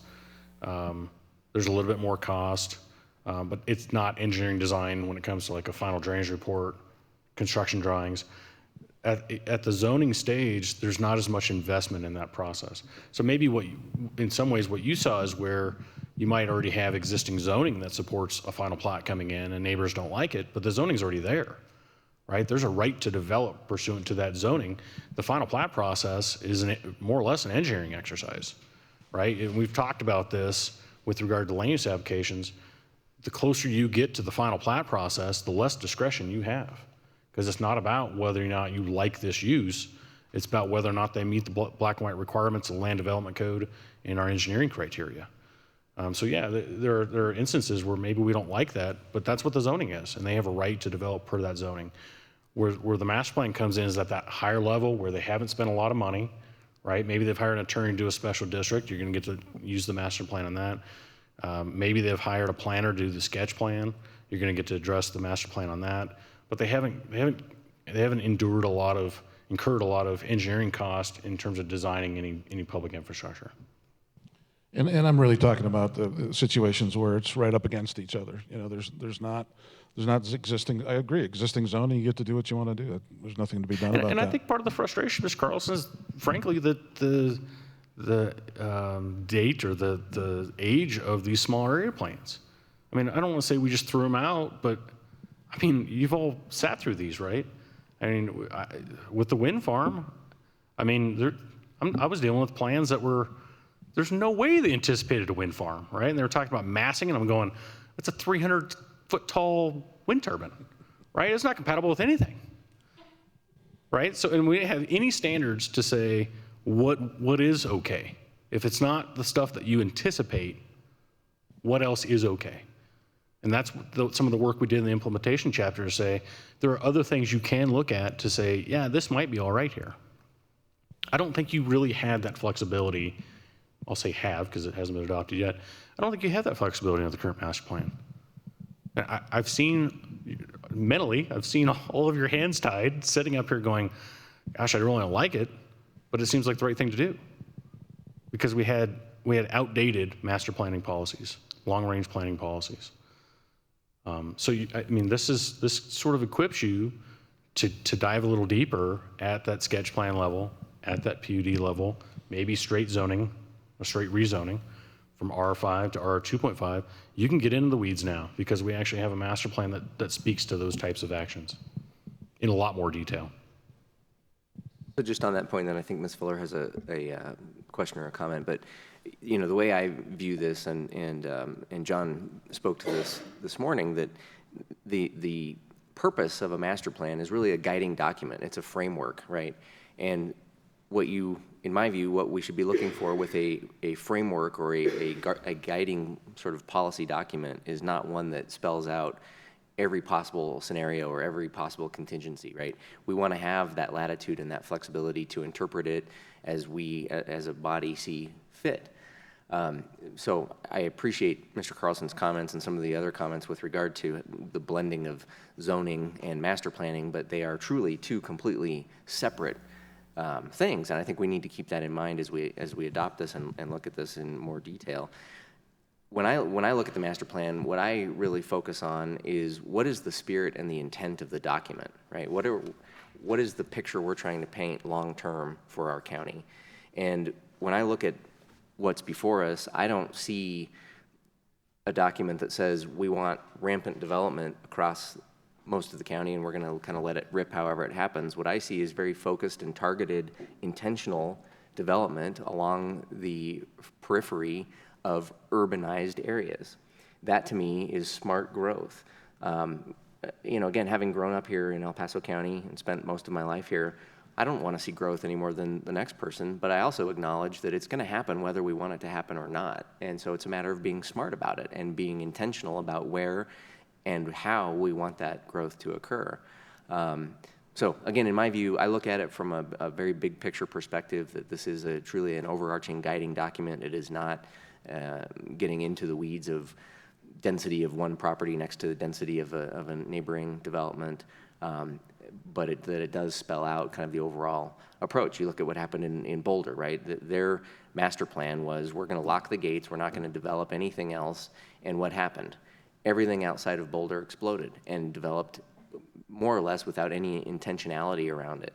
I don't think we as a county want to do that. I don't think the city of Colorado Springs and other jurisdictions, municipalities here want to see that happen either. And so I think it really is in our best interest to put in place a document that allows us to make those determinations and kind of have a guidepost, if you will, as we look at specific development proposals in front of us. And I would add, Mr. Chair, that Boulder's housing prices prematurely went through the roof as well. Oh, yeah. So talk about affordable housing. Ms. Treese, I think Ms. Fuller was going to speak, and then. Can you talk about Mr. Stoka in his presentation, which I actually really appreciated how he was just direct on what he wanted. I liked Mr. Curry's like, here's my 3 points. He talked about, it sounded like super high density stuff going next to giant lots. What happened there? Do you know that particular project he's talking about? He made it sound like it was. So it's the ranch. I believe it's these parcels right here. So right. That got zoned into. Right. So essentially, what you're dealing with here is you have some, fairly older lots that kind of that development occurred years ago, and now the city's grown into that area, and so densification of that area is occurring, and we're seeing it with Sterling Ranch in this area. Right, we've identified this area as a potential annexation area because of the growth pressures in that area, the need for higher density detached single-family housing, even attached single-family housing, and multifamily housing. So that stuff to the north, that Black Forest is up here. It's so there's like in the yellow part there, that's like super high density, and then there's so that's the compatibility this that he. This is Meridian Ranch in this area. Okay, thank you. So we're not talking about the middle of the forest. He sounded like it was in the middle of the forest, but thank you. Ms. Treese? Yeah, I concur with Mr. Risley's comments. When I look at these processes, whenever you're talking change, the immediate reaction is a negative because we don't like change. And I know where I live in Colorado Center, and I've been there since '91, and everyone has said year in and year out, houses are coming there, houses are coming there, houses. Well, it's now 2021, and we do have one developer breaking ground. So I guess my thing is, don't make an automatic assumption that overnight everything's going to explode and that everything as you know it in your life is going to go topsy-turvy. It's not. I mean, I've been looking at the blank land outside my door, like I say, since '91.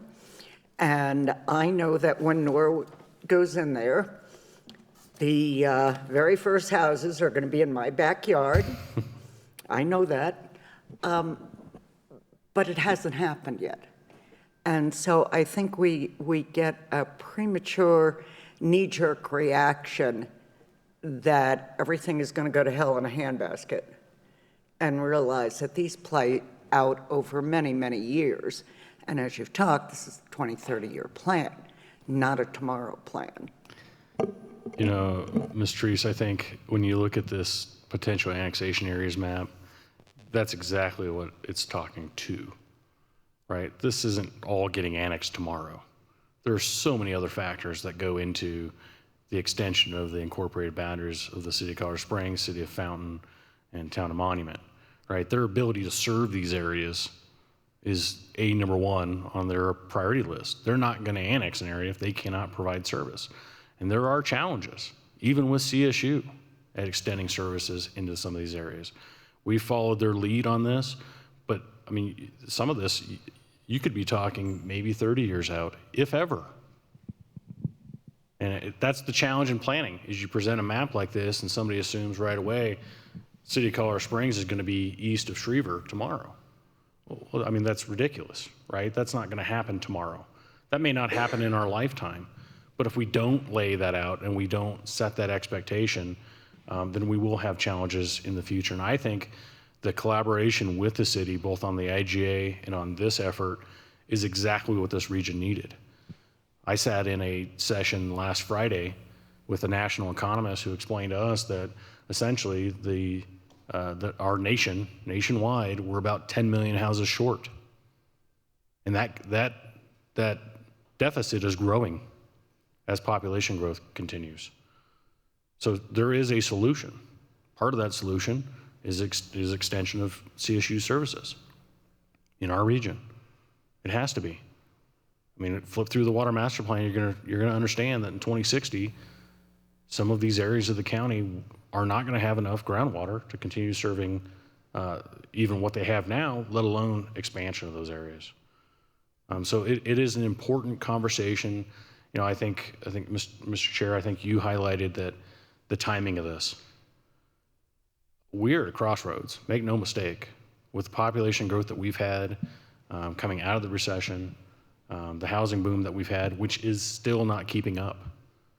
If we don't show things like this, we will not be able to address that situation today, tomorrow, 5 years from now, and 10 years from now.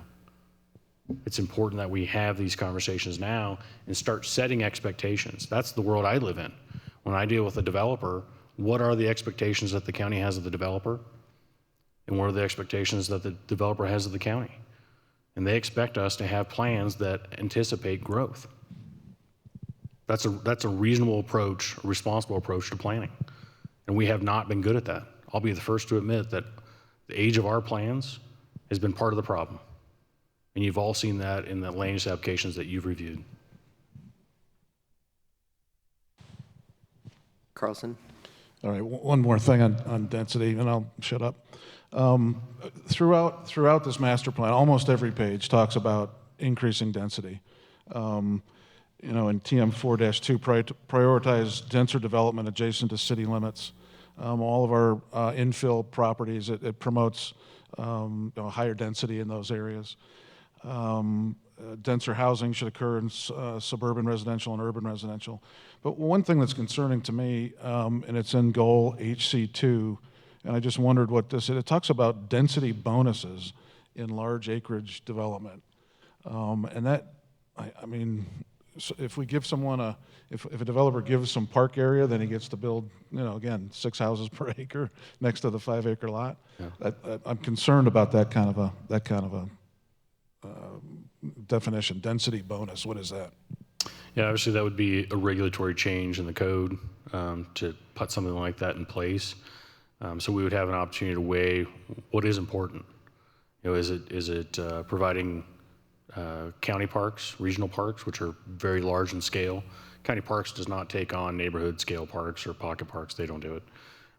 Too expensive to maintain. Is it maintaining or setting aside additional open space? Is it, you know, maybe working with a school district to find a way to have joint use space for both schools and parks? We haven't fully fleshed that out. That's used in a lot of different jurisdictions though. And we want to make sure that if that was a priority, if that's something that the county commissioners and planning commissioners, recommending body on any changes to land development code, wanted to entertain for the sake of affordable housing and addressing this housing deficit, we didn't want to preclude the opportunity to have that conversation. It's not something that we have necessarily in the hopper right now, but that is a tool that you can use to incentivize the provision of some of these other amenities that come with development. Mr. Bailey, and then I just wanted to address that, but part of your question, I think, is misleading because a density bonus isn't necessarily going to allow you to put that density just anywhere, right next to 5-acre lots. The zoning part is still a separate part of that conversation. Density bonuses could be awarded for certain development, but that doesn't just say that a developer could put that anywhere they wanted to. So just be careful with that distinction because it's not intended to be a get out of jail free card. That's There's right. Still the not transitional discussion. There's a whole lot that goes into it. It's not going to put urban density in the middle of Black Forest. Mr. Carlson, if you don't mind using the mic just for those that are online, sorry. Once again, I'm at the kids' table. This section, this goal HC2 is where a lot of this was that I'm talking about.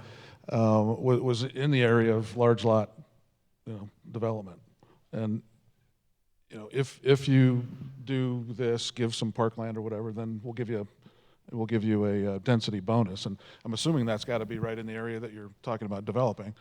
But And if you look at the mapping of large lot, a lot of it is, immediately adjacent to suburban areas. You're going to have that immediate connection to some of the suburban residential areas.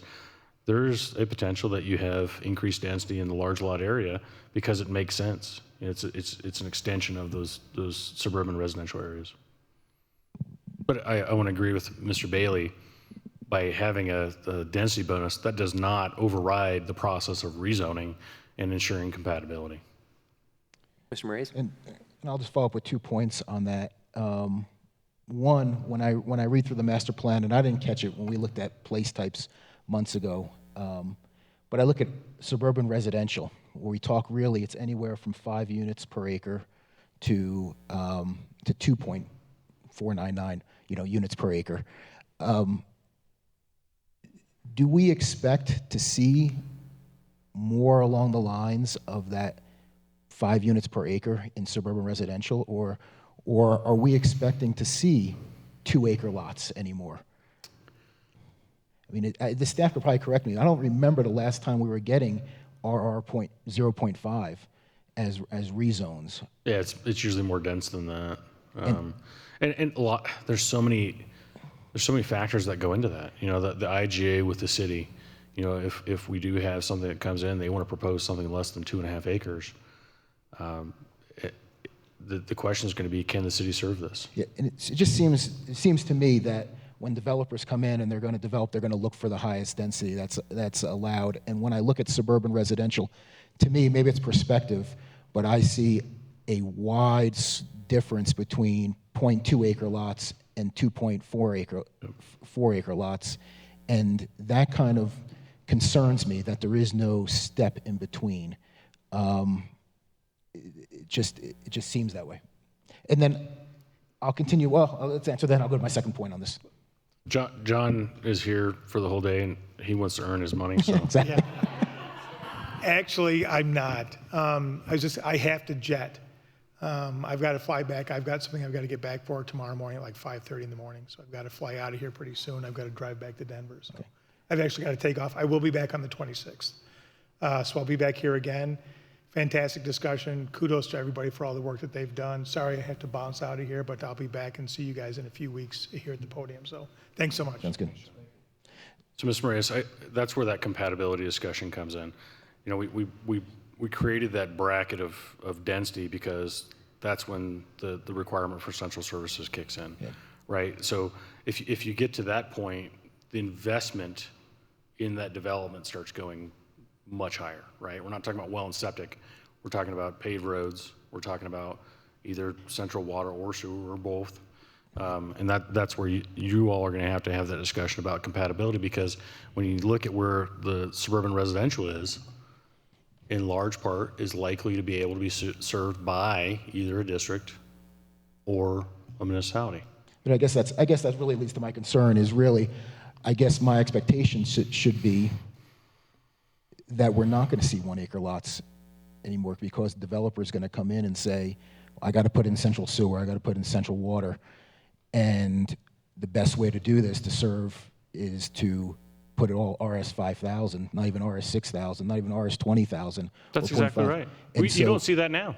Right. And you don't see 2.4 acre lots because you can't make money developing right. that. And so that's when I look at suburban residential up there, I'm like, well, I guess that's all going to be 5,000. There's no step in between. There's no, I guess if you want, your choice to me, by looking at this in terms of place types and what it will lead to, eventually would be you can be in RS 5,000 or R 2.5. Mm-hmm.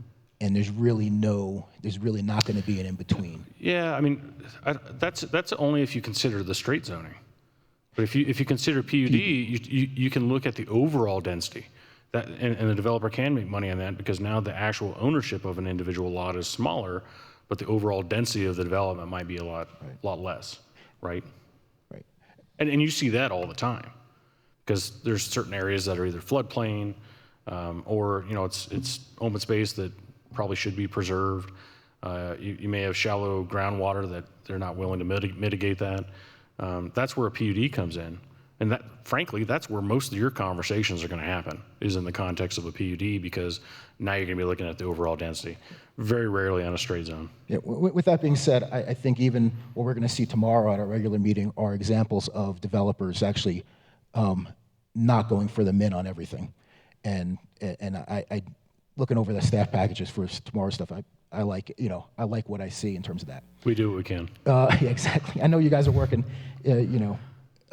not behind the scenes, but working with developers to do the best for the county. The other thing, along these lines, when I read the master plan and it talks about accessory dwelling units to help increase density, I'm not opposed. The one thing I think is missing is in the rural center place types, in maybe some urban residential, is the concept of residential over commercial, having these loft places. Mm-hmm. And Mark, I've conversed with Mark, and he said, it's something that's available in the development code. To really nobody's taking advantage of it.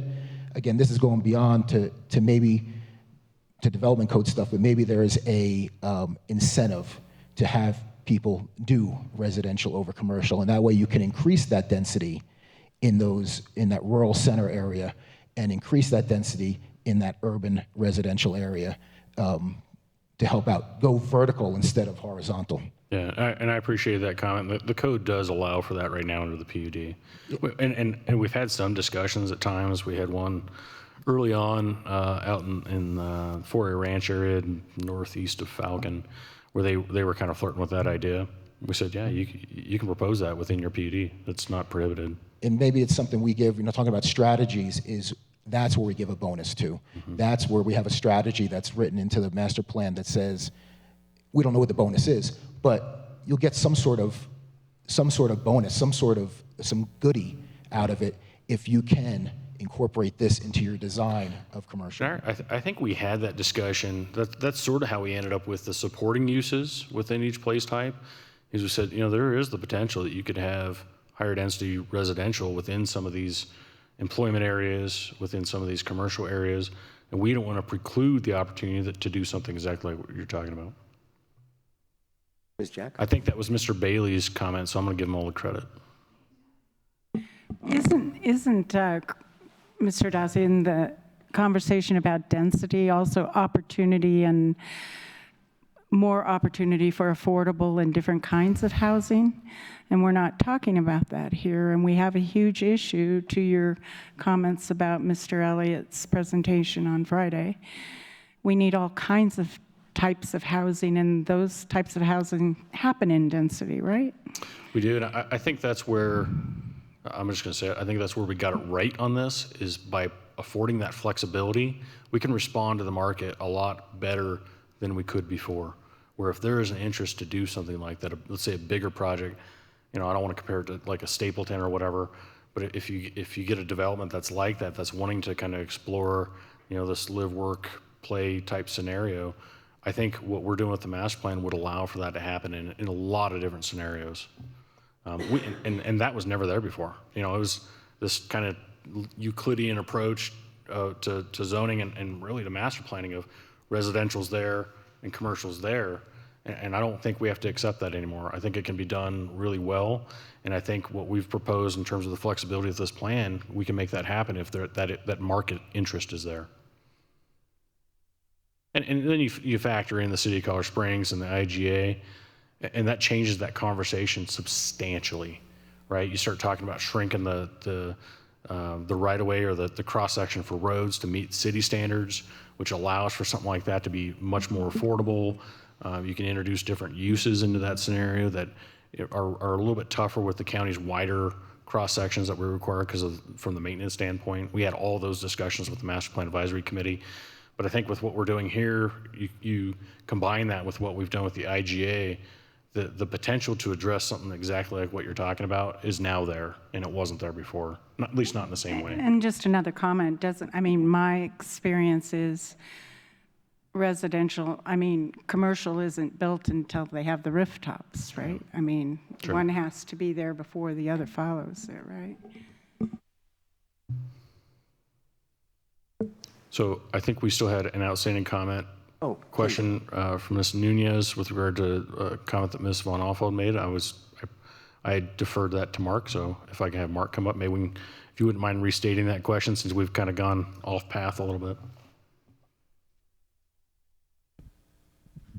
Yes, the general question was the timing of our community's ability to review the plan and whether or not that should be extended. And there was also the potential conservation areas, that part too. Oh, that's right, the biological resources study in 2020 and whether or not the Colorado Natural Heritage was part of the process.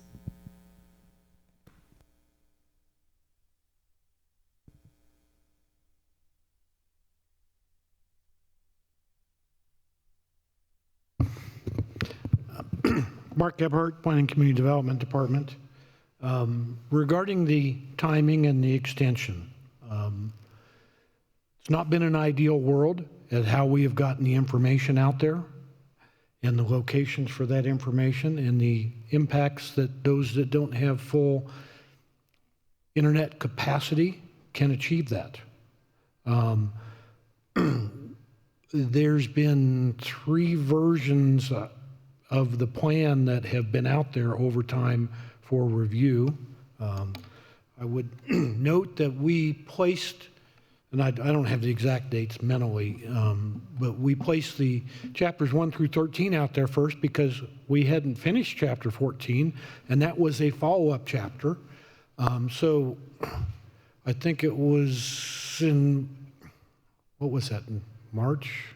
I'm going to remember. I'll forget the dates, but I think it's the 9th. We did the first chapters out there, then the advisory committee reviewed the implementation chapter, and then we put it out there.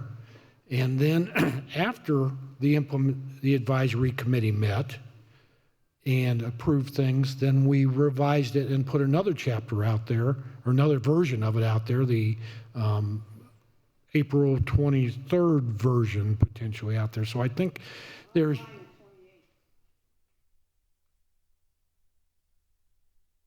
And what I would add to that too is this is the first of 2 hearings, right? So the public still has, another 3 weeks to review this. And again, on the 26th, we'll be taking additional public comment.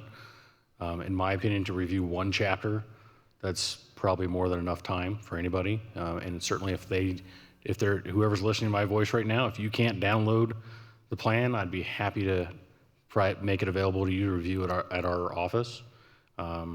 We've even, in some cases, actually printed out copies for certain individuals because they were having challenges reading on a screen. They had health issues that prevented them from doing that. So again, having another 3 weeks to review 1 chapter, I struggle to see the validity in not having enough time when you're not taking an action on it today.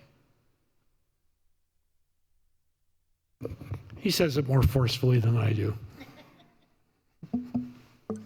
You're at least trying to be diplomatic. He isn't even trying. Regarding the Colorado Natural Heritage Program, they are not an official county review entity. I don't think they've ever asked us to be a review entity. They weren't sent to EDARP. That was a comment solicited, I believe, by Ms. Alfeld as a part of that process. We did include, and you have in your backup package, I believe, color versions of that natural heritage program and the part of that is within the Parks Master Plan.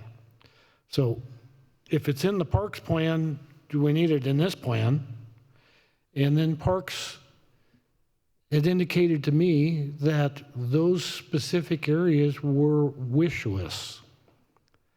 They were good ideas. And not saying that the one that's being proposed here is not a good idea, but it's somebody else's property. And that becomes some challenges through this process. And the Planning Commission has approved certain developments previously on that property. The Parks Department did not say that this should be a property the county should acquire. It's actually very close to, let me get my little thing here. It's very close to the county has this park here, and I believe the other land is over in this area in here. And there may be some unique aspects of that land, and there's high groundwater apparently. We previously had a proposal to have a landfill to that area, and that got really defeated in the early 1980s because it doesn't make good sense to have a landfill where there's groundwater close by. And I know nothing about that area and how unique that area is specifically. The point in part is with high groundwater, that does have an impact, and you need to potentially dewater the groundwater. And that leads into a whole bunch of regulatory issues potentially. If you dewater groundwater in the Black Squirrel Basin, you may need a well permit for that property, and it just goes down deeper. Not all of those eligible areas for potential acquisition or identified areas in that plan were acquired or were intended to acquire, and people in this audience may live in one of those areas and may not even realize the impact that live in that. Any other questions for staff? Moraes. Can I switch gears, or are there any more questions about the participants' questions? Okay, I just have a couple points that I think one is for staff, and then one is really for us to kind of talk about, I guess. When I look at the master plan and I go to chapter 14 and the responsible entity and partner organizations, I know we've conversed about it before, but as it reads, it says for each recommendation, responsible entities and or partner organizations are discussed in the appropriate section of each chapter. Reference these organizations, please go to the page number, and that doesn't exist. So I think we need to modify this paragraph however the final is going to come out, because what's written here doesn't coincide with the reality of the draft. That kind of makes sense. So what I'm saying is, the way it's written here on page, and I don't know if we could bring it up, but on page 147, it says, if you want to see who's responsible for the strategy, go to the page number next to the strategy. When you go to the page number next to the strategy, in many cases, it doesn't say who is responsible. That's been a question that's come up a couple times as a part of that. And one of the challenges is there are many potential entities that are a part of that strategy to implement that. Many are not this department or the county's department, and those are commitments of other entities that would be a challenge to commit to them. So that's one of the reasons at one time we started to list all those. We did it for chapter 1, and the list got so long out on the side at who it was potential, we kind of modified the wording and said we're not going to go identify those. So 2 points. So one, if that's where we're going to go, then that paragraph needs to either go away or be rewritten or some other way. At the same time, in my experience, not having a belly button, not having a point of contact to lead the effort, not saying there's going to be other people involved and they could bring in and put, and other entities can jump in and jump out as required, but I look at a lot of these strategies, and to put it on the Planning and Community Development Department, to me, it seems like they would not get done. There are things in there that seem more park-esque, or there seems like there's things that the Board of County Commissioners would really take the hold of because maybe it's a policy that they need to implement. There's things that seem like they're public works projects. And to me, again, from experience, not having a belly button there that in the end, the Board of County Commissions can kind of point to and say, hey, you're the point person, you're the point office to do this. To me, it seems like maybe these strategies may not be accomplished. But again, I'll leave that up to you, but as written, that is not, what's written there on page 147 is not the reality. So that's the first thing. And then the second thing, still in chapter 14, on page 141, it talks about update regularly. In there it says we're going to review this plan at least every 2 to 3 years. To me, 3 years seems woefully too long.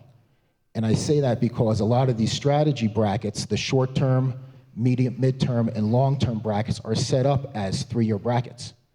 So if you say we're gonna review this thing in 2024, well, how do we, at 2024, we may get to a point where none of the short-term strategies were accomplished. And then what?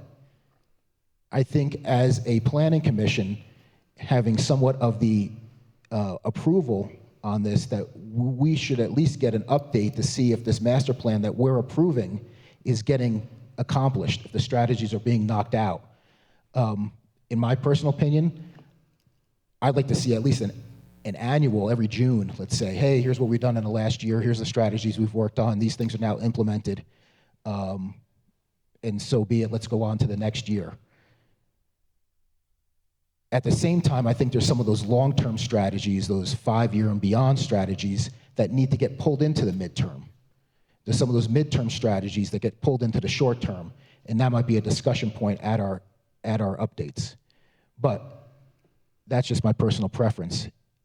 What I'm really concerned about is where it says you're going to review this thing. It could be 3 years to review this thing. I think we might be missing the mark for the citizens of El Paso County, where we don't see it 3 years from now and we realize, oh, this thing is, I shouldn't say not getting done, because I trust you guys, the offices are getting done. But again, not having those points of contact to who's responsible for this strategy, that's a short-term strategy that should be knocked out in the next 2 years. And then 3 years from now, we look at it and we say, well, what happened? It just seems there's a little bit of a disconnect. The timing of updates to the master plan is a Mr. Dossi question. I didn't want to saddle with you. I was actually looking at Craig over your shoulder as I was saying it, but I think it's a discussion up here. I guess if we're approving this thing, maybe we need to. How often do we want to know what's going on? So, I'll draw a comparison between the master plan and the county strategic plan. County strategic plan is updated every 5 years. There could be cause for us to update it every 5 years, could be cause to update it sooner than that. A lot of that depends on budget, whether we not have any money to do that. A lot of it depends on manpower. Right now, we have no opportunity. If we had to do it internally, we have no manpower, right? We're overworked as it sits right now. So I think it was drafted differently, and I changed that because I said we need to be able to have some flexibility to say, one, are we in a recession and there's nothing to update because we don't have any money, there's no growth happening, what is there really to talk about, rather than just setting aside time to talk at you all. I want it to be meaningful when we do it, but I also don't want to show up and say, yeah, we need to update the plan, but I can't get any money to do it. That just frustrates the process. So it's going to depend on budget. It's going to depend on change in circumstances. Make no mistake, my goal is to update this as often as we can when growth continues at the rate that it's happening right now. There's just challenges in saying we are definitely going to do it every 3 years or every 5 years, because if I don't get the budget to do it, it's not going to happen. I guess I'm not talking about updating the plan itself. I'm talking about updating us. Sure. How is that? Let's do a course check and let's see if it's going if it's going okay. We're approving some of these strategies that the master plan committee said that should get done in the next 1 to 3 years. I think in my opinion, I think we should at least get an update. Hey, how are those 1 to 3 year strategies going? Not saying rewrite the plan, but every year in January or February, you give us your state of the state of the State of the planning. county? Yeah, exact state of the county in terms of planning. Sure. Maybe sometime in June of 2022, we just see, hey, we've accomplished these things. We're still working on these things. These things are becoming unattainable. They need to be pushed out to. We're not going to be able to accomplish this in 3 years. This is more of a 5-year plus kind of thing. Okay, Yeah, got it. I think it's important to have check-ins. There's going to be some things that we don't have an answer to because it is a long-term goal or it's not our bailiwick, right? We can't say we didn't do it. It wasn't us. It wasn't our task to accomplish. So yeah, I could try to line up as many people as I can who are responsible for doing those things, but trying to get them to show up every year may be a little bit too much of an ask. I have no problem committing to, when I do my annual report, including comments to that effect. I think that's 100% appropriate. The Board of County Commissioners funded this project to the tune of almost $700,000. I think it's important that we pay attention to it. I think that's how you make it a living document. That's how you make sure it's not sitting on the shelf. My intent is not to sit back for 3 years and just wait until you all say, well, it's about time. And then I come lumbering in and say, yeah, everything's good. Right? That's not doing my job. So certainly that's not my intent.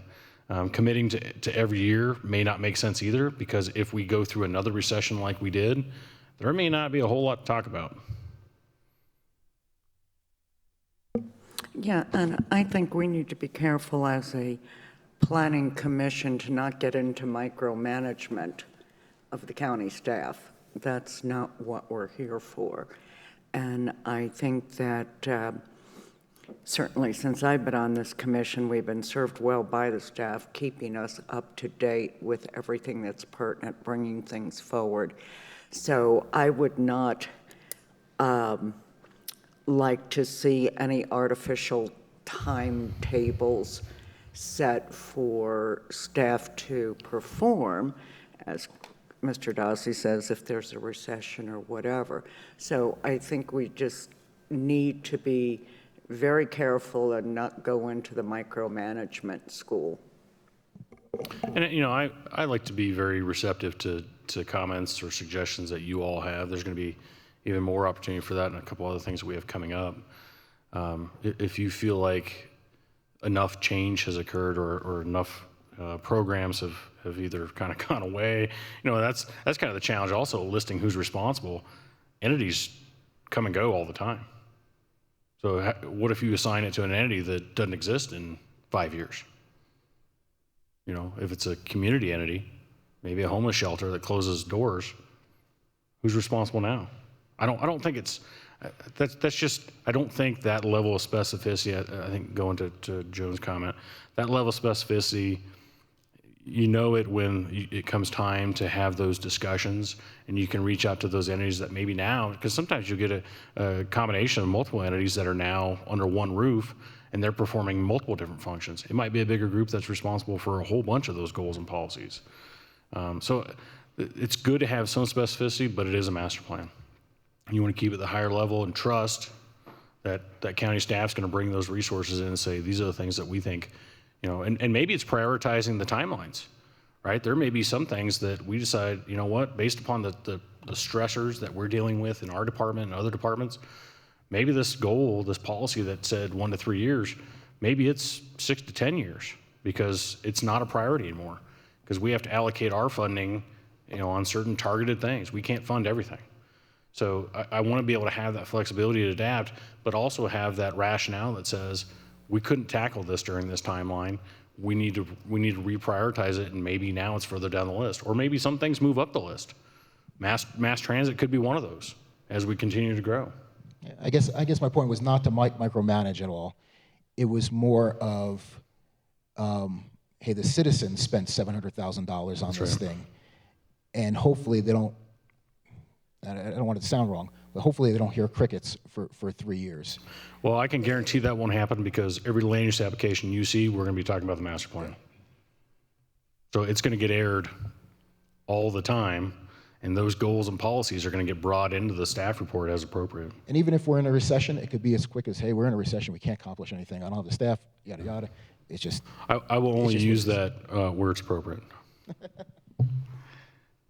I appreciate that comment because accountability on my end is a huge deal. That's part of the reason why we have EDARP. That's part of the reason why we do what we do now in terms of transparency is it allows for that accountability to be there. We're here to serve the public. We're here to serve you all, Board of County Commissioners, the taxpayer.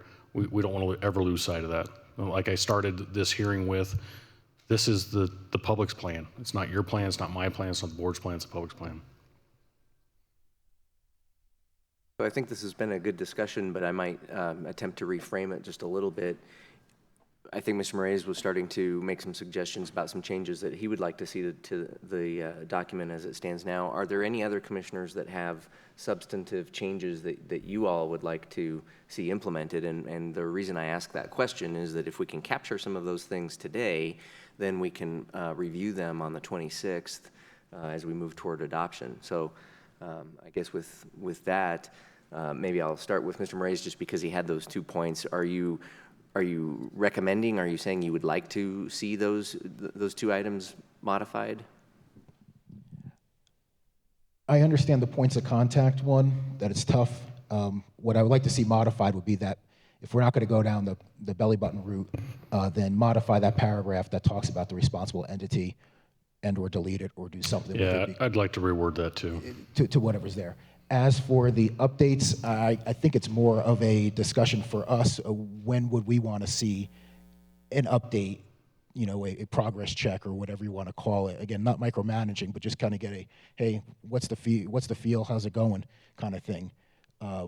If we're happy with see it in 3 years or 2 to 3 years, that's fine as a board, but I think we've probably something for us to discuss.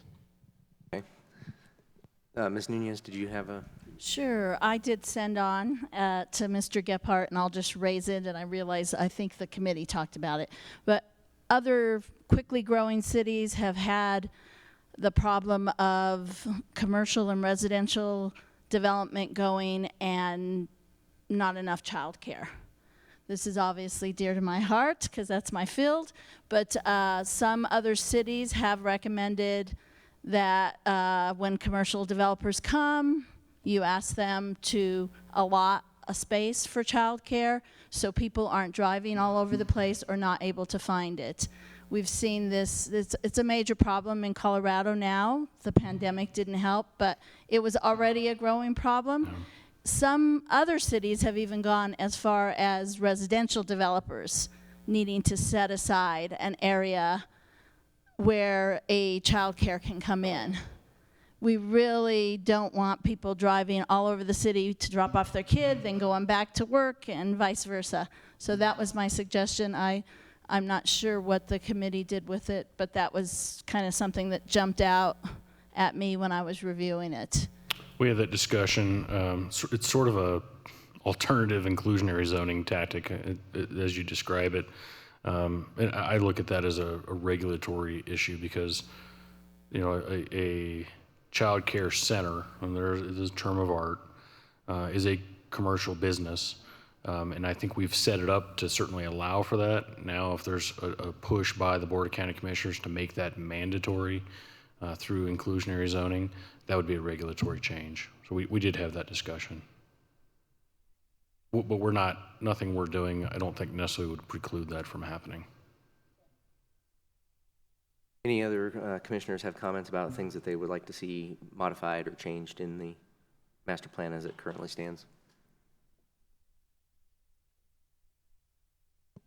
Yes, Mr. Moraes. The only other one I think before we hit it up is maybe a discussion to look at. I had the comment for the past 2 drafts. In mountain interface, we talk about one of the accessory uses as neighborhood commercial, which doesn't exist as one of the use types in that table on page 23. Again, I don't know.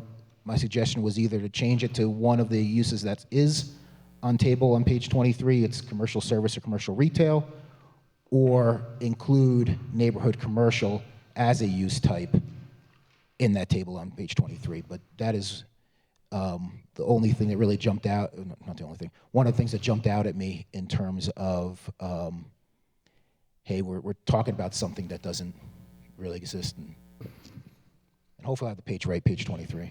Yeah, I think what you'd probably say is, I know another one. We had commercial service and commercial retail in large lot residential, and then in parentheses, we used the word limited. I think that would be appropriate probably in the mountain interface as well. Yes, So, yeah. so we could change it to that if that makes sense. I really, my only concern was that neighborhood commercial was really never referenced anywhere on table 2023. So my suggestion, either include one of the ones that are in there. Limited is fine. I think that was my original suggestion. They're already designated in the table for mountain interface, so it'd just be a matter of changing the wording on the mountain interface description. Okay, then that was. I mean, I have another thing to talk about offline, but that was it for the other big changes. Good catch. I expect that you would catch all that. I had a lot of time to look at it.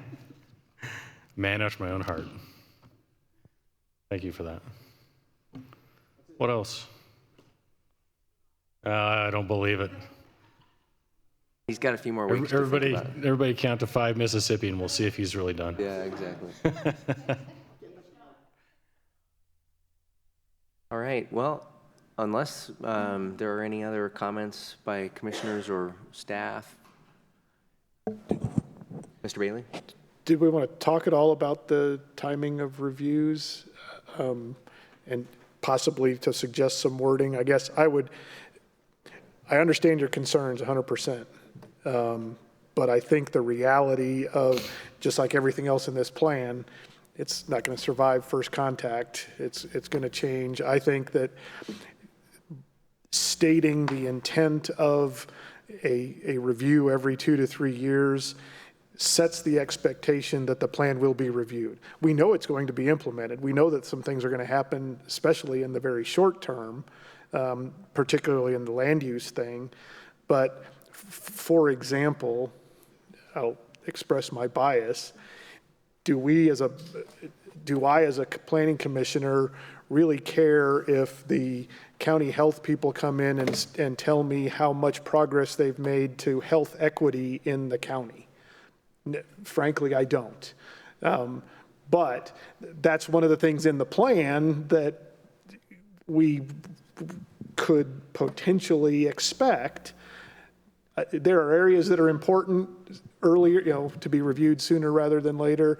There are some things that we know that those entities, those agencies gave us big chunks to put in the plan. We think this is important, so please include it. We need a whole bunch of shopping centers out in the grocery stores out in the far east of the county because those people don't have food access. If you believe their plan, if you read their plan. We, conversely, had lots of people from the Black Forest say that they enjoy a long drive to come into the grocery store. So, which is really important. But I guess my comment would be, I think that the intent as written when it comes to reviewing the plan is adequate, because ultimately it comes to each of us to hold Craig's feet to the fire, or whoever's standing in that seat. Can you get him to retire, Tracy, instead of you? But it's up to us to press for those reviews, and I think it's adequate to say 2 to 3 years. If anybody else has any input. Mr. Bailey, one of the things I think you touched on is a lot of this stuff is market driven, right? Not all of this is under the county's roof to deal with. Some of it's based on market conditions, and if it doesn't happen, it doesn't happen. We can touch on those too as we go through them. Would it suffice to make a change indicating that on an as-needed basis, or as requested by the Planning Commission, or some other more open-ended? Yeah, you could say, every 2 to 3 years, or as requested by the Planning Commission, maybe. That might be, I think being the approvers of the master plan, all 14 chapters, I think we should be able to ask for an update. Hey, at least how are the things in the planning community? How are the, you know, we'll know the development code changes because we're going to see those as they go through. We're going to see them as they come through. There's a lot of things we will see. It might be the ones that are short term or medium term that, you know, we don't have any visibility on that we may want to ask for an update on. And maybe it's part of the staff's annual update, right? We get or maybe I don't know if it's annual or twice a year or whatever, but Craig will often give us an update on here are the number of building permits that have been pulled. Here are the number of you know, type C and D applications that come through. Here's an update on where we are with some of the aspirations in the master plan. And you know, Mr. Chair, we are so accommodating that if you'll request it, I'd be happy to oblige. And I get it. I'm happy with what we as a group decide. I was just making my point that the citizens spent as much as they did on it. I just hope that they don't see something in 3 years. Hope they would see something a little bit sooner.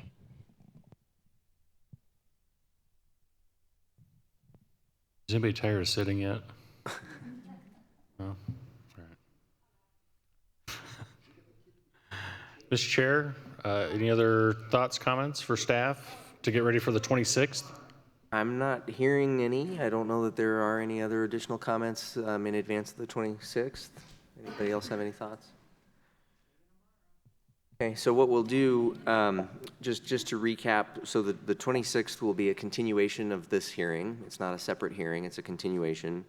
We'll begin with any additional public comment for folks that were not able to attend or comment today, with the intent being to keep those brief as we did today as well. And then we will review any changes, the handful of changes that we've discussed here today. We'll review those and then hopefully be in a position to have a final document for adoption. So unless there's any additional business. No, I just want to thank you all for good conversation, doing the heavy lifting. Really appreciate it. I think technically we will recess from this hearing until the 26th, and then we will take up a new hearing tomorrow afternoon. Sorry about that. It's okay. Thank you.